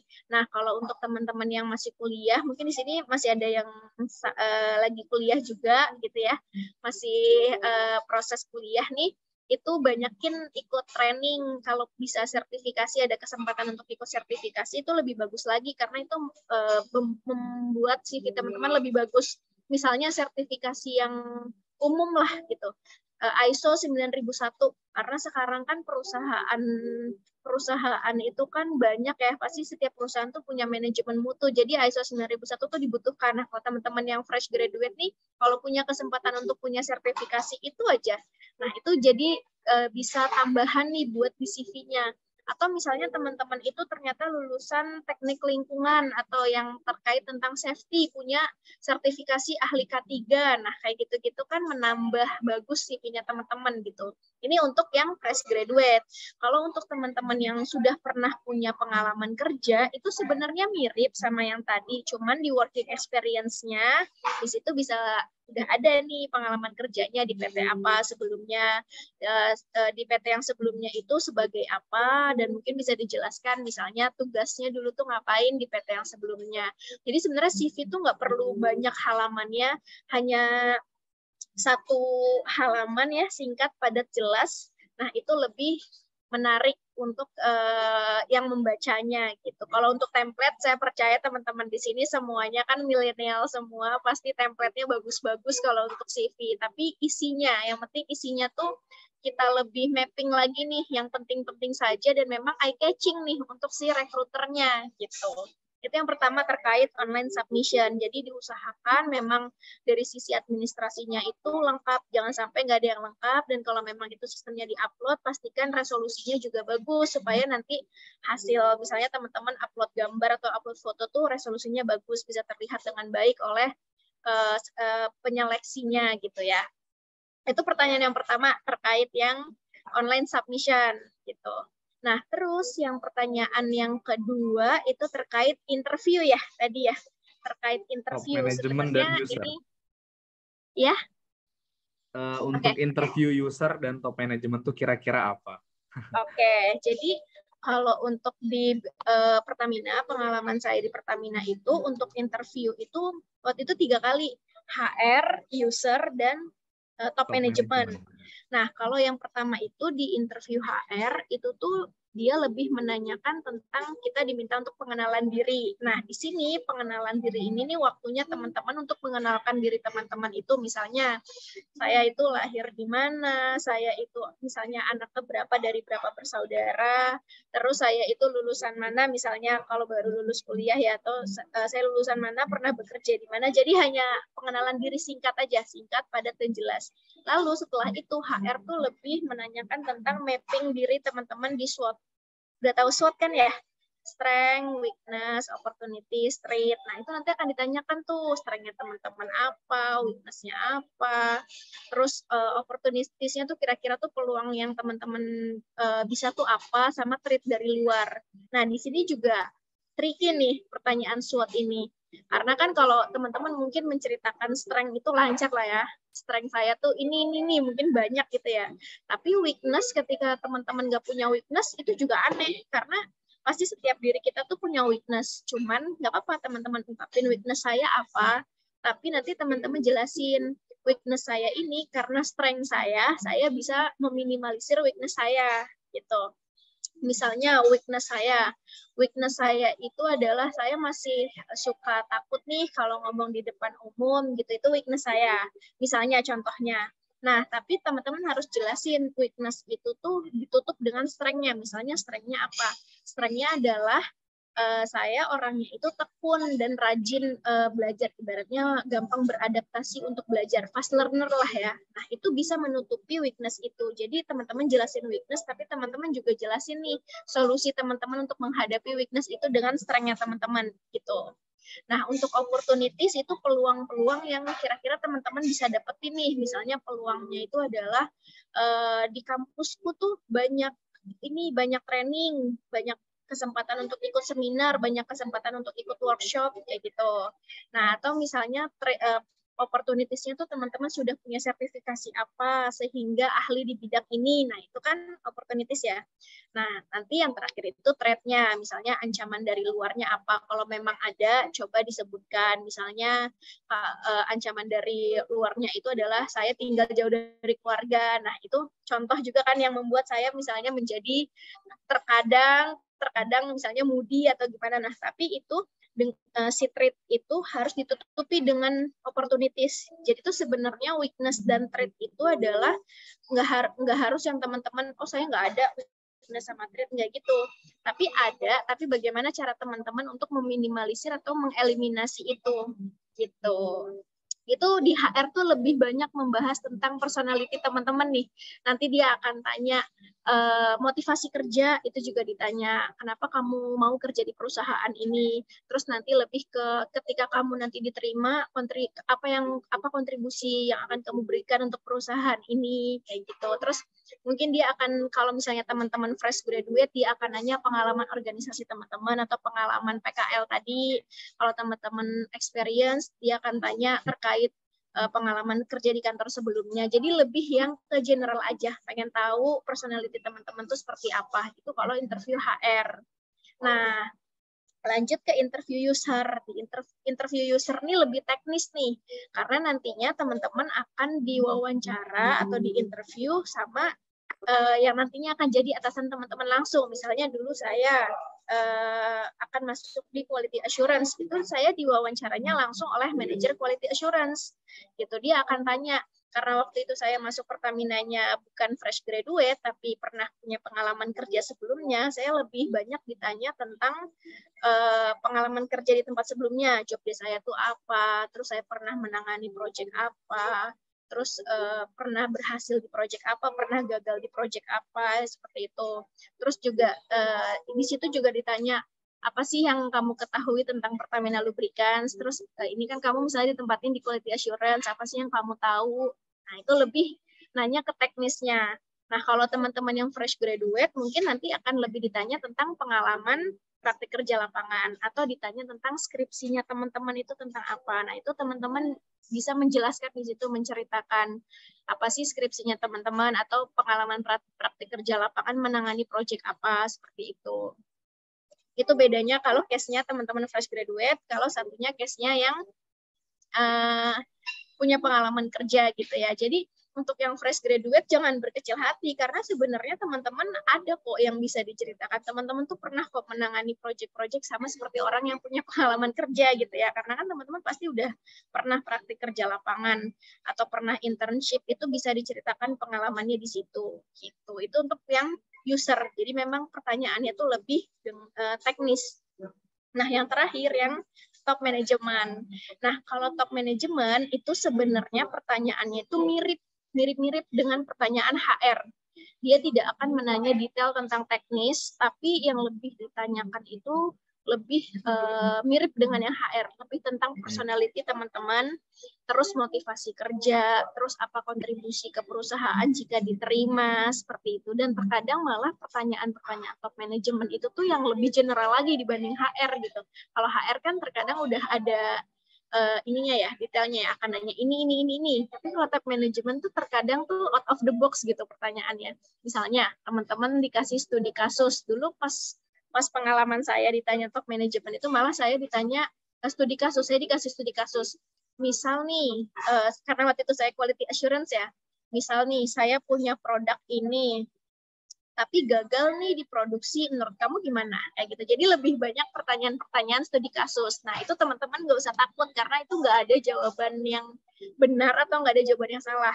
Sebenarnya mereka tuh hanya ingin tahu nih gimana cara teman-teman menjawab, gimana cara teman-teman melihat nih skala prioritas ketika menyelesaikan masalah gitu. Jadi lebih pengen tahu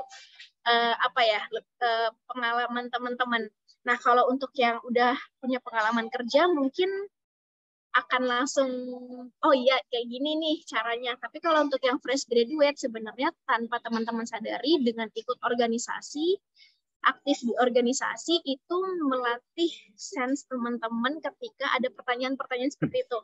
Itu yang saya rasakan ketika dulu wawancara atau interview sama perusahaan-perusahaan ketika baru lulus kuliah ya. Jadi itu dengan kita ikut organisasi itu kita kayak ada sense-nya aja gitu. Ada sense ketika ditanya pertanyaan seperti itu kita langsung tahu, oh yang pertama harus saya lakukan tuh ini. Karena di organisasi tuh kita tuh aktif kan, kayak misalnya nyusun proker, evaluasi proker. Nah, itu tuh sense-nya tuh bisa dapet gitu kalau aktif organisasi. Nah, makanya teman-teman yang masih kuliah di sini, yang aktif organisasi, nah itu bagus karena itu melatih sense kita juga nih untuk menghadapi permasalahan, menghadapi dunia kerja juga gitu. Itu yang kedua, yang terkait interview. Tadi yang ketiga, maaf saya agak lupa, apa ya Mas Rizky? Tentang ini sih Kak, tentang pengalaman sehabis inaugurasi. Oh iya. Oh iya. Itu langsung kerja atau enggak gitu ya? Nah, kalau misalnya habis inaugurasi ini, saya ambil contoh yang terakhir ya, yang ini yang BPS BPA baru nih, yang baru masuk. Kalau di Pertamina itu, dia tuh ada sistem yang namanya training dan OJT. Karena kan wamilnya udah nih, ibaratnya wajib militernya. Kalau dulu saya itu training, wamil, OJT. Karena ini wamilnya udah, tinggal training sama OJT aja. Apa sih bedanya training sama OJT? Kalau training itu kita one month ya, 1 bulan itu full day di kelas gitu, di classroom. Jadi nanti di situ kita belajar apa? Kita akan diajar oleh para manajer-manajer di fungsi masing-masing. Misalnya semua fungsi, semua direksi itu akan perkenalan diri nih ke teman-teman. Mereka akan presentasi ke teman-teman terkait fungsi mereka masing-masing. Misalnya fungsi sales and marketing. Mereka tuh sales and marketing tuh struktur organisasinya seperti apa, pekerjaan mereka tuh sebenarnya apa, mereka berkolaborasi sama siapa aja, kayak gitu-gitu. Mereka lebih ke presentasi nih di training itu, presentasi tentang fungsi di Pertamina Lubricants misalnya ya, karena dulu saya di Pertamina Lubricants, itu presentasi tentang fungsinya masing-masing. Nah, selain itu kita juga ada, kalau waktu zaman saya nih ada training bahasa Inggris. Jadi tapi lebih ke bahasa Inggris untuk conversation. Jadi conversation sehari-hari itu kita ada nih belajar bahasa Inggris lagi, tapi khusus untuk yang conversation. Terus bahkan dulu tuh saya ada training yang terkait dengan bagaimana cara kita berpenampilan. Itu juga kita diajari. Jadi berpenampilan itu dalam artian misalnya kita menghadiri rapat itu pakaiannya seperti apa, terus kita bekerja di lapangan itu pakaiannya seperti apa, itu beda-beda. GRP, mungkin teman-teman pernah dengar John Robert Power, dulu saya sempat diajar itu, bahkan sampai kita tuh diajarin, menariknya ya, itu juga pertama kali pengalaman saya tuh diajarin gimana cara makan. Jadi gimana kalau misalnya kita menghadiri suatu acara dinner gitu misalnya ya, itu misalnya kita harus bersikap seperti apa, itu ada cara kita berjalan, cara kita make up, itu ada dulu waktu pengalaman saya dulu training ya, itu sampai ada seperti itu gitu. Terus setelah training udah 1 bulan, itu biasanya nanti ada kuis-kuis lah, tapi insya Allah pasti bisa, karena kan kuis-kuisnya tuh lebih ke tentang pengetahuan fungsi di perusahaan aja kan. Nah, nanti setelah itu baru ada namanya OJT, on job training. On job training ini selama 3 bulan. Jadi selama 3 bulan itu kita nanti akan keliling ke beberapa fungsi, misalnya ke produksi, ke sales, kemana itu sudah di mapping sama HR. Kita akan keliling ke berbagai fungsi supaya kita tahu, dan nanti akhirnya misalnya keliling fungsinya tuh 1 bulan, di 2 bulan terakhir kita akan menetap di fungsi yang akan kita tempati. Jadi dulu saya sebulan tuh keliling ke berbagai fungsi. 2 bulannya saya menetap di quality assurance. Nah, ketika saya menetap itu, saya diminta untuk membuat, waktu itu tuh namanya KKW ya. KKW itu kayak kita bikin skripsi lah. Tapi nggak sesulit skripsi. Kita bikin skripsinya tuh lebih ke apa sih kekurangan yang kamu temuin, atau apa sih yang mau kamu kembangin dari fungsi itu. Nah, itu nanti kalian bikin presentasinya, nanti presentasi terakhir ke direksi nih. Selama saya KKW di sini, saya menemukan ada yang bisa diimprove tuh seperti ini. Nah, seperti itu nanti KKW-nya. Setelah 2 bulan itu berakhir, setelah presentasi ke direksi juga, baru nanti yang terakhir itu kita pengangkatan. Nah, di pengangkatan di sini kita sudah resmi nih sebagai karyawan dari Pertamina gitu. Itu sih kurang lebih tuh tahapannya gitu. Itu tuh masa-masa ketika setelah keterima kita training dan OJT tuh masa-masa indah. Masa-masa indah tuh dalam artian kita kan satu angkatan tuh kompak-kompaknya tuh di situ.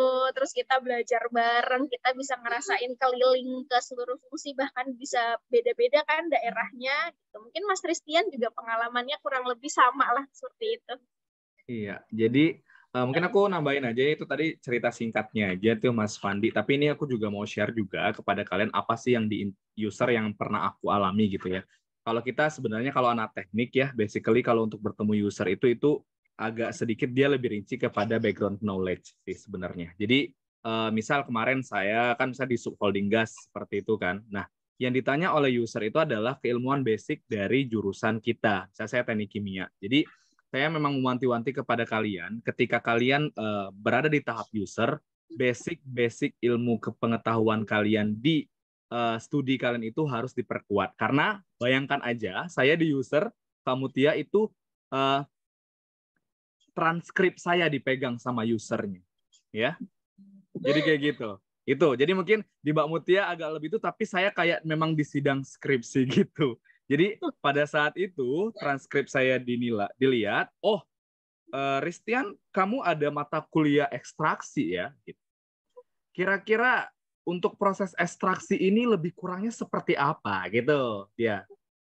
Nah seperti itu. Jadi basically di user tuh dia lebih kepada background kita pengetahuan. Dan misal saya kan bermain dengan LPG ya. LPG itu singkatan dari apa gitu. Nah LPG itu fasenya gas atau liquid. Nah kayak gitu. Jadi hal-hal yang basically sampai ada saya ditanya, kamu termodinamika 2 itu apa ya? Gitu. Jadi, nah ditambah dari itu, tapi ini untuk teknik ya, finance pun juga sama. Teman saya keluar dari ruang meeting, fixed cost itu apa? Gitu ya. Gitu. Jadi kayak gitu. Gimana kalau seandainya ada selisih apa yang dilakukan? Jadi kayak memang problem solving kayak gitu. Dan ada problem juga nanti kayak benar, misalnya kayak ini di peralatan ini di kolom destilasi kok produk atasnya itu tuh nggak terpenuhi permintaan C3, C4. Kira-kira problemnya di mana? Sebagai seorang engineer, apa yang harus kamu lakukan? Jadi kayak gitu. Jadi basically di user itu adalah memang background pendidikan kalian, teman-teman. Jadi yang sekarang memang background-nya instrumen, korosi, pajak, apapun segala macam rupa, yang ditanya, namanya user ya. User kan ingin make orang yang benar-benar di bidangnya, kayak gitu kan ya. Nggak mungkin dia akan memilih di bidang itu. Jadi basically memang benar kata Mbak Mutia kalau nggak terlalu detail sampai penurunan rumus enggak, tapi basically ilmu pengetahuanku tuh kita harus ada. Bayangkan ya transkrip itu dipegangnya Mbak Mutia. Jadi aku tuh kayak ya Allah, setelah ini jangan sampai dia nanya perpindahan panas. Aduh, jangan sampai dia nanya ini kayak gitu. Jangan sampai dia nanya mekanika fluida. Jadi kayak gitu. Tapi basically dia lebih kepada itu. Tapi kalau yang di top manajemen itu kayaknya seru-seruan sih kalau menurut aku ya. Jadi dia lebih kepada komitmen aja. Jadi benar kata Kak Mutia, nggak ada benar, nggak ada yang salah. Kemarin pertanyaan, tapi itu akan melihat seberapa komitmen kalian dalam bekerja. Seperti ini, misalnya saya bertanya kepada Kak Devita Irzal. Devita Irzal mendaftar sebagai supervisor produksi kilang. Dia ditanya, malam itu kamu sedang bertugas sebagai seorang supervisor dan tidak ada backup. Itu katanya kayak gitu. Tiba-tiba ada problem kebakaran di tangki A. Bertepatan dengan itu, ayahmu menelpon bahwa ibumu sedang kritis. Itu pertanyaan saya, Mbak Mutia. Mana yang kamu pilih? Nah, memang nggak ada benar, nggak ada salah, tapi dari pertanyaan itulah yang akan menggugurkan setiap orang, Mas Pandi.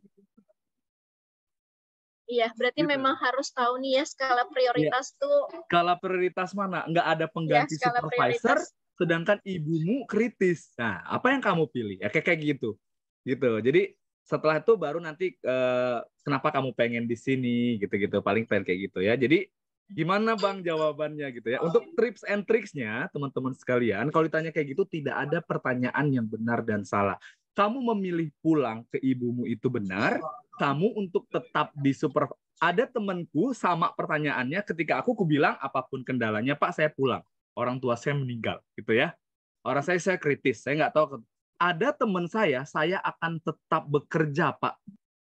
Karena saya pulang pun ibu saya juga akan tetap meninggal gitu. Nanti kalau sudah kerjaan baru saya pulang, dan itu nggak salah jawabannya gitu loh. Tapi bagaimana komitmen kalian menjawab itu like a perwira BUMN gitu ya. Tapi agak sedikit AE juga gitu. Itu benar-benar kalau diingat ya kamu Tia itu kayak momen-momen yang tidak bisa terlupakan kayak gitu. Mana panjang kayak gitu-gitu. Tapi yang kalau Bang Tian pribadi sih yang memang paling buat drop itu di user sih. Jadi dakduk gitu ya. Jadi ya, memang betul. Harus persiapkan gitu ya. Mau pajak, mau administrasi, mau kimia, mau teknik fisika, pertanyaannya basic dari keilmuan kalian. Nggak bisa jawab ya nggak bisa diterima gitu intinya. Ya ibarat Mas Pandi orang Korosi bertanya kepada yang mau daftar corrosion engineer tapi ditanya AE dipilih nggak? Ya nggak juga gitu ya. Iya. Gitu ya, kurang lebih seperti itu. Tapi kalau udah lulus tuh kalian lupa semua beban-bebannya. Gitu, oke. Mungkin kita lanjut ke ada 2 pertanyaan terakhir ya, karena ini udah termasuk malam. Aku terakhir dari Kak Irfan, boleh Kak Irfan bertanya? Makasih ya Kak Mas Pandi ya. Nanti untuk user yang kalian mau tanya user silakan DM Kak Mutia, silakan DM aku, ntar kita bisa nge-zoom deh untuk bahas tentang itu apa ya. Okay. Feel free aja ya teman-teman kalau misalnya mau tanya lewat DM atau lewat WhatsApp. Karena terkadang tuh saya misalnya ngisi sharing ke mahasiswa atau kemana ya, terkadang tuh ada yang DM saya, ada yang WhatsApp masih nanya gitu, Kak ini gimana sih, Kak ini gimana sih, itu insya Allah pasti saya jawab. Jadi kalau teman-teman misalnya masih tiba-tiba nanti ada pengen yang ditanya gitu, nggak apa-apa, DM aja atau WhatsApp aja, itu nanti insya Allah saya jawab ya. Oke, tuh baik banget kan ya Kak Mutia ya, di tengah kesibukannya masih mau jawab. Oke, boleh? Mas Irfan, silakan. Kita agak sedikit lebih cepat ya. Iya, siap kan? Mas Tian. Saya tuh kalau menjelaskan user tuh dakduk gitu loh, nggak tahu kenapa. Okay. Jadi ingat lagi ya. Jadi ingat lagi, luka lama sih. Iya, assalamualaikum warahmatullahi wabarakatuh. Salam kenal semuanya. Iya, jelas ya Mas Tian, suara saya ya, Mbak Mutia. Iya, sebelumnya perkenalkan, nama saya Irfan. Saya udah ikut beberapa kali juga kelasnya Mas Tian, tapi yang kelas keempat kemarin agaknya saya kelupaan Mas, jadi paling ikut di YouTube aja. Mas, langsung ke pertanyaannya juga Mas Mbak Irfan Mutia. dari mana? Dari Medan Mas. Horas ya. Oke, siap. Iya, jadi pertanyaan gini sih Mbak Mutia, Mas Tian, kan kemarin saya pernah di waktu kuliah itu ambil magangnya ke Pertamina juga Mas, Mbak, di Mor 1 Medan. Di retail fuel marketing. Jadi di sana itu sayang banget sih, tapi Mas, kenapa? Karena pada saat saya magang, saya nggak banyak ambil ilmu di sana, karena mungkin karena masih baru juga di lingkungan kerja yang masih saya masih newbie lah dibilang kan Mas. Jadi saya juga nggak ngambil banyak kesempatan di sana dan gali ilmu sebanyak-banyaknya juga enggak. Jadi itu menurut saya kesalahan saya yang pernah saya lakukan sih Mas. Padahal udah dapat kesempatannya gitu loh. Jadi maksud saya gini sih Mas, di pengalaman saya sekarang yang bekerja ini juga, saya banyak bekerja itu di bidang marketing sekarang ini, di analisis data gitu sih Mas. Jadi maksud saya bisa nggak Mbak Mutia sama Mas Tian arahin saya nih sekarang, saya soalnya dari karena gini Mas, kenapa herannya gini sih, pada saat kuliah saya memang tertariknya itu bekerja setelah kuliah itu di BUMN, tapi goalnya saya pengennya itu kerjanya di Inalum Mas dulu, karena ayah itu pensiunan dari Inalum yang di Batubara ya Mas. Iya, jadi kebetulan karena magangnya kemarin di cancel di sana, jadi ke Pertamina gitu. Jadi maksud saya pun saya sekarang ini melihat peluang di Pertamina bekerja itu sangat besar sekali benefitnya, dimulai dari dari studi yang bisa berkembang, beasiswa dan sebagainya. Maksud saya gini Mas, saya kan selama bekerja ini masih bingung nih mau fokusnya itu kemana gitu. Tapi sejauh 1,5 tahun di perusahaan saya yang keempat sekarang, saya kayaknya mulai tertarik dengan analisa data begitu Mas. Jadi kalau kira-kira nih, iya, kira-kira nih kalau di Pertamina itu di bagian apa Mas? Terus dengan basic background pendidikan saya D3 Administrasi Bisnis atau Niaga begitu, ini kira-kira menunjang nggak ya pendidikan saya dengan karir yang saya emban sekarang, dan terus itu kira-kira kemana ya bisa saya arahnya nanti di Pertamina itu di bagian mana gitu Mas, karena sebelumnya sudah saya tanya juga sih di Mas Irfan ini yang ngechat pribadi Telegram ya? Betul Mas Dian, betul. Oke. Jadi ini pertanyaan saya tujukan ke Mas Dian sama Mbak Mutia juga sih, karena sudah dari internal Pertaminanya juga sendiri ya, Mas Mbak. Kira-kiranya di PT di subholding yang mana dan fungsi yang mana yang kira-kiranya cocok untuk saya bisa ngembangin karir ke depannya. Terima kasih Mas Dian, Mbak Mutia. Siap, boleh Mbak Mutia dulu yang jawab. Oke, terima kasih Mas Irfan. Pertanyaannya menarik nih pertanyaannya, karena Mas Minta Irfan basicnya rekomendasi ya, udah kita kayak HR gitu ya. Kamu kemana gitu? iya, makanya ini coba saya jawab berdasarkan pengalaman teman-teman aja ya.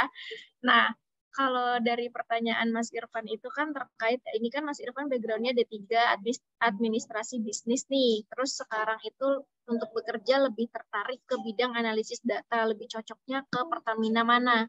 Nah, pertanyaannya Mas Irfan ini sebenarnya lebih cocok ke mana, itu tuh bisa di semua subholding, Mas.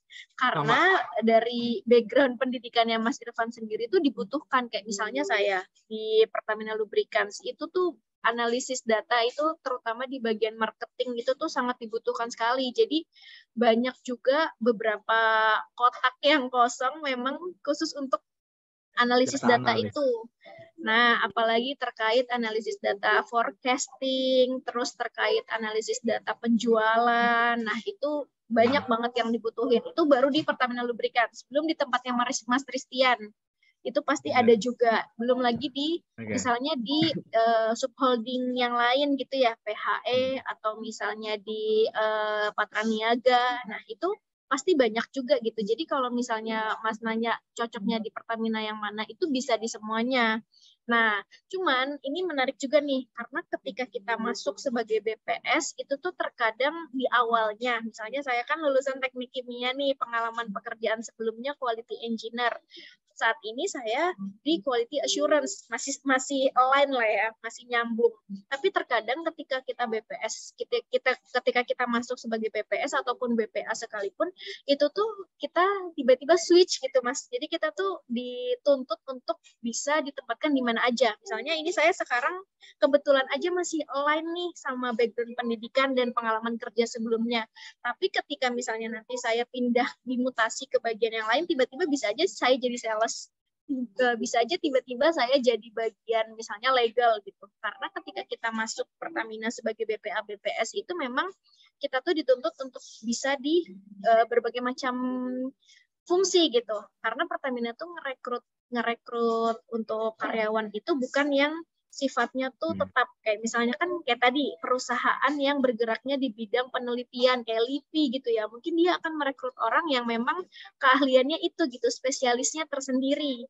Nah, tapi ketika masuk Pertamina itu tuh kita mungkin yang bisa dibilang spesialis tuh beberapa, karena selebih 20% lah, 80%-nya tuh kita akan muter. Jadi misalnya saya sekarang di quality assurance, bisa aja nanti saya di sales, bisa aja saya nanti di finance, bisa aja di mana gitu. Itu pengalaman-pengalaman dari senior-senior di Pertamina tuh nggak ada yang dia dari awal masuk sampai pensiun tuh di situ-situ aja tuh nggak ada. Pasti dia akan lintas fungsi, dia akan cobain beberapa fungsi gitu. Itu sih pengalaman senior-senior saya yang ada di Pertamina ya. Nah, jadi ketika misalnya Mas ini ada ketertarikan di analisis data, itu justru malah lebih peluangnya lebih besar. Karena apa? Analisis data tuh nggak cuma dibutuhin di marketing, bahkan di saya di quality assurance itu justru analisis data tuh diperlukan banget gitu untuk melihat data, menentukan nih nextnya kita mau ngapain gitu. Bahkan di finance dibutuhkan, di legal juga dibutuhkan. Jadi lebih banyak sebenarnya kesempatannya. Dan yang terpenting ketika kita sudah nyemplung nih di Pertamina, kita memang harus siap karena challenge-nya tuh pasti banyak. Challenge-nya tuh nggak cuma itu aja. Challenge-nya tuh bahkan kita bisa ditempatkan di tempat yang kita nggak punya background di situ, tapi mau nggak mau kita harus belajar di situ gitu. Kalau untuk terkait pertanyaannya Mas Irfan, mungkin dari Mas Tristian ada tambahan pengalamannya terkait. Boleh. Jadi untuk pertanyaan dari Mas Irfan sebenarnya sudah saya jawab ya. Dan ini untuk informasi juga buat kita semua, teman-teman semua, informasi kalian di 2025 data analis adalah posisi yang sangat dicari di seluruh industri, di seluruh tempat bekerja ya. Data analis itu apa sih? Data analis itu adalah orang yang bekerja, kerjaan itu adalah menganalisis trending data apapun itu, dia yang akan merekomendasikan kenapa terjadi problem dari analisa dia. ya, itu sangat dibutuhkan. Dan data analis itu dari background apa aja, sebenarnya basically data analis itu adalah nggak mesti teknik kimia, nggak mesti apa, camin dia yang mempunyai daya analisa yang sangat kuat. Jadi untuk Mas Irfan, satu dulu kunci buat kalian semua, teman-teman, bahwa data analis itu benar kata Kak Mutia, di seluruh lini subholding Pertamina proses segala macam rupa, itu sangat dibutuhkan. Itu dulu yang pertama ya. Yang kedua, tadi karena background-mu adalah D3 administrasi bisnis, aku lebih menyarankan untuk data analisnya, carilah data analis yang pertama data analis marketing ataupun komersial. Ya, kayak gitu. Komersial itu seperti apa? Komersial itu tuh entah kalau di tempatku ya subholding gas itu terkait dari trading potensial sumber feed gas. Seperti itu, misalnya gitu ya. Jadi data analisnya adalah potensi-potensi mana aja sih gas-gas yang bisa kita olah, kayak gitu. Itu namanya. Dan juga kalau untuk marketing itu akan sangat lebih bagus karena kan bisnis sama uang itu kan jalannya beriringan gitu ya. Nah, jadi ketika itu kamu menjadi data analis untuk dari sisi marketing, kamu akan tahu tuh trending harganya turun, trending harga naik kapan, kira-kira kamu harus jual banyak kapan, kamu harus menahan stok kapan. Nah, itu. Jadi kayak gitu. Jadi kalau menurut aku kalau mau lini benar semuanya bisa gitu ya. Semuanya bisa di lini apapun untuk data analis itu dia lebih general kayak gitu. Tetapi kalau saya lebih rekomendasi dari background-mu lebih baik ke komersial ataupun pemasaran kayak gitu ya. Semoga bisa menjawab. Good luck. Intinya satu, kamu harus fokus dengan satu tujuan itu. Kalau kamu masih mau ini, nggak akan dapat apa-apa gitu ya. Kayak gitu. Oke, Mas Irfan ya. Ya, siap. Terima kasih Mas Tian, Mbak Mutia. Semoga bisa menjawab. Siap. Oke. Ini kita pertanyaan satu lagi ya, teman-teman semua. Kalau sananya nanti nggak bisa terjawab, boleh langsung DM Kak Mutianya karena udah malam, kasihan Kak Mutianya harus pulang tuh ya. Ini dari satu lagi Kak Mutia dari aku ambil ini. Oke, aku lihat dulu apakah makasih. Permisi Kak saya. Oke, Kak Mutia apakah ada referensi dan oke, ini mungkin dari Devita Irzal ya. Dia bertanya bahwa Kak Mutia apakah ada referensi atau web dan semacamnya untuk belajar soal-soal pola 3 dimensi seperti di slide tadi. Dan bolehkah di-share cara belajar dan manajemen waktu Kak Mutia sewaktu belajar TKD dan TKB? Terima kasih. Dan untuk bocoran juga ya teman-teman semua, Mbak Mutia, aku kalau gambar, biasanya aku skip karena aku pusing banget. Nggak tahu terusannya apa. Beneran deh. Iya. Itu soal susah ya Mas ya kayaknya ya, ngebayanginnya aja susah ya. Iya. Kadang aku tuh sampai kepala puter ke sini gitu. Tapi itu bener-bener kenyataannya dan itu memang susah banget sih. Tapi kalau Mbak Mutia ada, kalau saya biasanya nge-skip sih. Nanti dulu deh ini deh yang lain dulu gitu. Ya. Gitu. Oke. Terima kasih nih Mbak Devita pertanyaannya. Sebenarnya kalau cara belajar tuh beda-beda. Kalau saya tipenya seneng yang ada bukunya nih. Jadi pasti saya beli buku. Atau misalnya ada yang misalnya teman saya yang udah bukunya mau dikasih ke saya gitu ya. Saya seneng tuh karena saya lebih seneng yang bisa saya coret-coret lah ibaratnya gitu ya. Mungkin di sini ada teman-teman yang kayak gitu. Jadi kalau saya tipe yang saya belajarnya pakai buku nih, jadi beli buku atau misalnya punya buku dari siapa, dari kenalan gitu ya, kayak gitu. Tapi ada juga misalnya teman-teman yang seneng belajarnya tuh audio ya, audio kan ada ya. Jadi misalnya lihat YouTube, terus ngerjain soal YouTube, langsung lihat evaluasi jawabannya. Nah itu juga bisa. Jadi sesuaikan aja sama teman-teman tuh lebih tipe yang mana, yang audio atau yang visual. Kalau yang visual pasti butuh buku, butuh ada dicoret-coret. Tapi kalaupun teman-teman yang visual itu usahakan coba ya teman-teman audio maksudnya usahakan coba di coret-coret juga nih. Maksudnya belajarnya lewat buku atau misalnya cari soal-soal dari internet terus di print terus coba dikerjakan langsung di kertasnya itu ya, karena itu tuh apa ya, kita tuh bisa dibilang kalau belajar tuh memang harus ditulis. Pernah dengar nggak sih teman-teman kata-kata kayak gitu, supaya kita tuh ingat. Kalau misalnya cuman nonton aja, oh cara jawabnya gini, karena kita nggak melakukan, itu pastinya lupa. Jadi kalau misalnya belajar tuh memang kita tuh harus menulis, karena dengan menulis itu kita jadi ingat, kita jadi terbiasa. Itu cara mengerjakan untuk yang soal-soalnya nih. Jadi kalau misalnya soalnya dari mana, itu sebenarnya banyak sih yang tadi saya kasih linknya. Itu juga salah satu contoh aja dari ribuan soal-soal untuk yang TKB.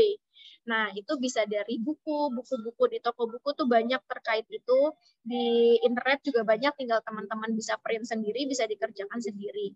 Nah, terkait pola 3 dimensi, nah ini sebenarnya sama nih kayak Mas Tristian, itu juga kelemahan saya tuh juga di situ, penalaran gambar. Karena tapi ada loh orang yang dia itu mengerjakan itu tuh enjoy, mengerjakan itu tuh bisa tuh ada. Tapi kalau di saya mungkin itu agak susah memang penalaran gambar itu. Nah, triknya itu adalah tadi kalau saya ya, memang memaksa diri untuk coba nih ini gimana ya gitu ya. Coba misalnya ada satu soal, itu benar-benar kita pahami. Jadi kita pahami ini tuh sebenarnya arahnya mau kemana sih nih soal. Nah, ketika misalnya kita udah coba dengan satu soal itu, oh berarti kita sampai kita dapetin sendiri tuh triknya tuh gimana tuh ngerjain soal itu. Itu jadi memang butuh waktu sih untuk yang penalaran gambar, atau bahkan kan misalnya ada terkadang soal penalaran gambar yang ketika ini cermin itu gimana, itu tuh saya sampai pernah loh cerminnya bener-bener saya tampilin di depan soalnya. Itu kalau dari cermin tampilannya tuh seperti apa sih? Karena kadang ada pertanyaan penalaran gambar yang cermin gitu kan ya. Nah, itu cerminnya ditaruh, oh jadi kayak gini ya. Oh gini dia bentuknya kalau misalnya dari cermin. Nah, itu jadi memang segala cara sih kita coba sampai kita sendiri dapetin triknya gitu. Nah, sama kalau misalnya memang sudah menghadapi TKD itu jangan stres di satu soal itu. Coba deh kira-kira yang lain yang lebih bisa dikerjakan itu dikerjakan dulu. Jadi jangan stuck di situ. Mungkin tadi kayak yang saya kasih contoh yang soal bangun rumah kan ada 2 ya. Nah, yang bagian bawah tuh kayaknya tuh lebih gampang tuh. Maksudnya lebih mudah lah bisa dimengerti dibanding yang bagian atas tadi yang bentuknya kubus-kubus. Nah, mungkin dikerjakan yang itu dulu. Jadi nilai untuk yang penalaran gambar tuh jangan sampai kosong sama sekali gitu. Mungkin itu sih, mungkin tips and trick yang bisa diberikan. Mohon maaf nih kalau yang di bagian 3 dimensi ini saya juga ngasih tips and tricknya tuh agak-agak bener Mbak Mutia, itu kita abstrak aja deh. Mbak Devita pernah nggak ikut tes sampai yang gambar?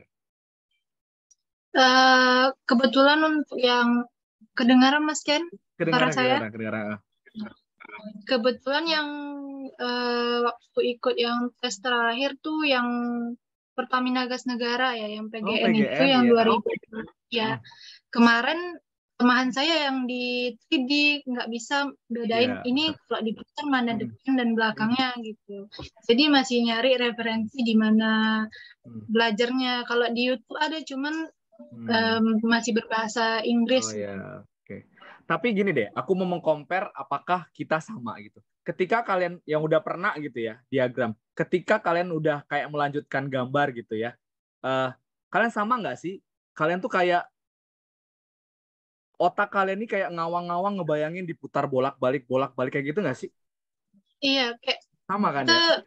Kayak berimajinasi gitu jadinya. Iya, oke, berarti kita sama. Kalau saya dan Mbak Mutia bisa masuk, kalian juga bisa masuk. Itu intinya. Intinya kayak gitu. Iya. Saya pun kayak gitu kalau menghadapi soal-soal gambar-gambar kayak gitu. Entah saya bilang, oh ini dibolak, ini dibalik, bolak. Berarti kalau kita masih sama berpikirnya, berarti jangan khawatir, peluang kalian masuk BUMN besar juga gitu ya.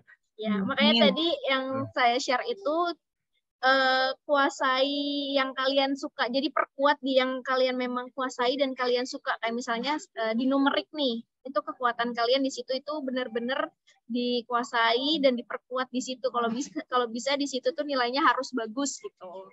Jadi bisa membantu yang tadi penalaran gambar yang mungkin memang di situ skornya kecil, itu bisa tertolong dengan yang di bidang lain di yang kalian suka gitu, di verbal, di numerik, di bahasa Inggris gitu. Oke. Siap, semoga bisa menjawab ya Kak Devita ya. Intinya tuh kalau seandainya kesusahan di sana, kerjain dulu yang lain, balik lagi nanti terakhir. Gitu ya. Oke, semoga berhasil. Kak Devita dari mana? Dari Riau, Mas Tian, dari Rokan Hilir. Oke, siap. Jurusan apa? D3 Teknik Informatika. Oke, good job, keren. Informatika juga dibutuhkan banyak kok. Semangat ya, semoga bisa lulus BUMN. Terima kasih Mas Tian, Kak Mutia. Oke. Siap, teman-teman semuanya. Alhamdulillah ya, kita udah selesai semuanya, sebelum nanti ada kita mengakhiri ini ya, kita foto terlebih dahulu ya teman-teman. Nanti ada juga yang ingin aku sampaikan juga dan kamu Tia masih sampaikan. Boleh kita open cam dulu, semuanya bisa open cam. Saya foto terlebih dahulu teman-teman. Oke, siap. Nih saya banyak banget nih saya kenal kalian nih. Udah wajahnya udah ciren. Semoga nanti bisa jadi rekan kerja. Itu aja omongan saya, doa saya satu. Oke ya, saya foto ya. 3, 2, 1. Oke, sekali lagi. 3, 2, 1. Sebentar. Lagi ada problem. 3, 2, 1. Oke. Sekali lagi. 3, 2, 1. Oke, siap. Oke, teman-teman, sebelum kita mengakhiri semuanya, kita akan dengar closing statement dulu dari Kak Mutia. Ingin memberikan motivasi, silahkan. Ya. Oke, gak terasa ya kita udah ngobrol seru nih, kurang lebih 2 jam sama teman-teman semua. Mungkin yang terakhir bisa saya sampaikan, semangat intinya yang pertama itu buat teman-teman itu semangat. Kalau yang sudah pernah ikut tes sekali, 2 kali gagal, nggak apa-apa. Kita masih ada kesempatan buat coba lagi. BPS, BPA Pertamina itu maksimum umurnya di 27. Ini kayak teman-teman masih muda semua nih, masih banyak kesempatan untuk ikut ya. Jadi tetap semangat yang pertama, tetap perbanyak latihan lagi, terutama untuk yang TKD TKB-nya, dan jangan lupa juga untuk berdoa karena memang kita sebagai manusia ya kita berusaha dan kita berdoa gitu. Nanti insya Allah kalau memang jalannya itu kita nanti bisa jadi satu keluarga di Pertamina ya, semoga ya, amin. Nanti kita bisa ketemu lagi. Jadi mungkin pesan saya buat teman-teman semua, tetap semangat, tetap positive thinking kalau teman-teman bisa, karena Mas Ristian sudah membuktikan bisa nih masuk Pertamina. Alhamdulillah saya juga bisa sharing juga sekarang ke teman-teman. Nah, mungkin pesan saya satu lagi nih, yang hadir di sini, mungkin temennya ada yang kebetulan malam ini nggak bisa hadir, boleh loh di-sharing. Karena kalau kita sharing pengalaman tuh ilmu kita tuh nantinya nggak akan putus. Jadi teman-teman yang hadir di sini mungkin bisa sharing ke teman-teman yang kebetulan nggak bisa hadir atau ke teman-teman yang lain gitu ya. Nanti jadi ilmunya nggak terputus gitu. Terima kasih dari saya. Wassalamualaikum warahmatullahi wabarakatuh. Waalaikumsalam warahmatullahi wabarakatuh. Dan aku mau nambahin. Waalaikumsalam warahmatullahi wabarakatuh. Ingat teman-teman semuanya, Kak Mutia gagal 9 kali, saya gagal 4 kali. Jadi kalau kalian gagal hanya sekali, itu belum ada apa-apanya. Ya, terus coba sampai kalian bisa menjadi salah satu karyawan BUMN. Janji sama saya, setelah ini kalian akan berusaha untuk dapat mencari kami berdua sebagai rekan kerja. Ya. Itu dulu, berusahalah untuk menjadi, balik lagi, saya bilang kepada kalian, kami berdua datang tidak dari yang sudah 100%, tapi kami datang dari 0, gitu ya. Dan kami bisa, kalian juga pasti bisa. Dan saya ingin mengucapkan terima kasih banyak kepada Kak Mutia yang udah menyempatkan waktunya sampai jam 9 malam nih di Surabaya. Surabaya itu adalah salah satu kota yang menurut saya cepat banget pergantian pagi dan malam. Kalau saya dinas kerja, Surabaya itu saya baru tidur kok udah bangun lagi. Jam 5 subuh udah kayak jam 7 di Sumatera. Beneran. Cepet banget gitu ya. Dan terima kasih banget dan kita mendoakan semoga Kak Mutia ke depannya itu semakin sukses di pekerjaannya. Semakin banyak rezeki dan semakin banyak berkah. Salam untuk suaminya ya. Kemarin habis sakit nih kalau saya lihat, semoga cepat sembuh dan sehat-sehat selalu. Ya Kak Mutia. Iya, terima kasih. Ya. Dan untuk teman-teman semuanya, ini sudah kelas terakhir kita, teman-teman ya. Namanya perpisahan nggak pasti sedia. Terima kasih atas kesempatan kalian yang sudah datang dari kelas 1 sampai dengan kelas online yang kelima ini, teman-teman. Apresiasi setinggi-tingginya dari saya. Saya jujur meniatkan untuk membangun kelas ini. Kak Mutia itu di tengah kesibukan saya, terkadang saya habis dari Bali sampai di bandara jam 5, sampai di mes jam 7 langsung buka kelas gitu. Demi kalian semua mendampingi teman-teman ini bisa menggapai semua mimpi-mimpinya. Saya hanya meminta doa buat kalian semua, teman-teman semua yang ada di sini ya. Doakan saya, Mbak Mutia dan tim saya, pejuang BUMN ini sehat selalu agar terus memberikan yang terbaik buat kalian semua. Dan yang sudah bergabung ke grup Telegram tidak perlu keluar. Itu bisa menjadi ranah silaturahmi kita. Apabila nanti ada pertanyaan, silahkan boleh chat Telegram ataupun di grup, silahkan. Saya terbuka, insya Allah saya akan menjawab setiap WhatsApp ataupun chat Telegram yang sudah kalian berikan kepada saya, teman-teman semuanya. Dan doakan saya juga nanti mungkin saya akan mulai merencanakan pelatihan-pelatihan pendampingan lainnya yang akan saya buka kembali bersama dengan para pemateri-pemateri yang akan saya ajak. Mungkin nanti Mbak Mutia akan saya ajak kembali, tapi saya ingin membawa semua kebermanfaatan ini dari orang-orang ahli profesional. Dan mimpi saya adalah ketika nanti kalian sudah, Mbak Dinda seumpama sudah di Pertamina Corporate, Kak Fandi sudah menjadi engineer di PHE, atau Kak Devita sudah menjadi teknik informatika dimanapun, saya ingin harapkan satu, teruskan kebermanfaatan ini kepada yang selanjutnya. Kasus bunuh diri terjadi karena ketidakcarean orang di sekitarnya. Tapi kalau kita sama-sama care, sama-sama merangkul, insya Allah semuanya akan bisa menghadapi susahnya dan sulitnya kehidupan. Oke? Terima kasih semuanya. Selamat beristirahat. Sampai berjumpa. Apabila ketemu saya di jalan dan Kak Mutia, sapa aja. Pasti akan saya dengar. Gitu ya. Pasti akan saya saut kalau saya dengar. Gitu ya. Selamat malam semuanya. Saya akhiri pertemuan malam ini. Kak Mutia, hati-hati di jalan pulang. Ya. Saya tutup. Wassalamualaikum warahmatullahi wabarakatuh dari saya dan tim pejuang BUMN. Kita pasti bisa. If I can do it, you can do it. Ya. Assalamualaikum warahmatullahi wabarakatuh dan selamat malam. Terima kasih semuanya. Waalaikumsalam warahmatullahi wabarakatuh. Waalaikumsalam Terima warahmatullahi kasih, wabarakatuh. Terima kasih Mas Dian dan Terima kasih Mbak Mutia. Terima kasih Kak. Kak Mutia, thank you very much for everything. Ya. Main-main ya ke Surabaya, ke Gresik nanti ketemu ya. Siap, aku mau ke ini loh, ke kilang TPPI LPG juga. Tuban. Iya, ke Tuban. Deket lah. Salah ke Ada Surabaya. project LPG juga di sana. Nanti kita calling-calling ya. Mantap. Siap. Yang di Surabaya boleh, nanti kita ketemu. Oke? Oke. Oke, silakan live. Selamat beristirahat dan sukses selalu. God bless you.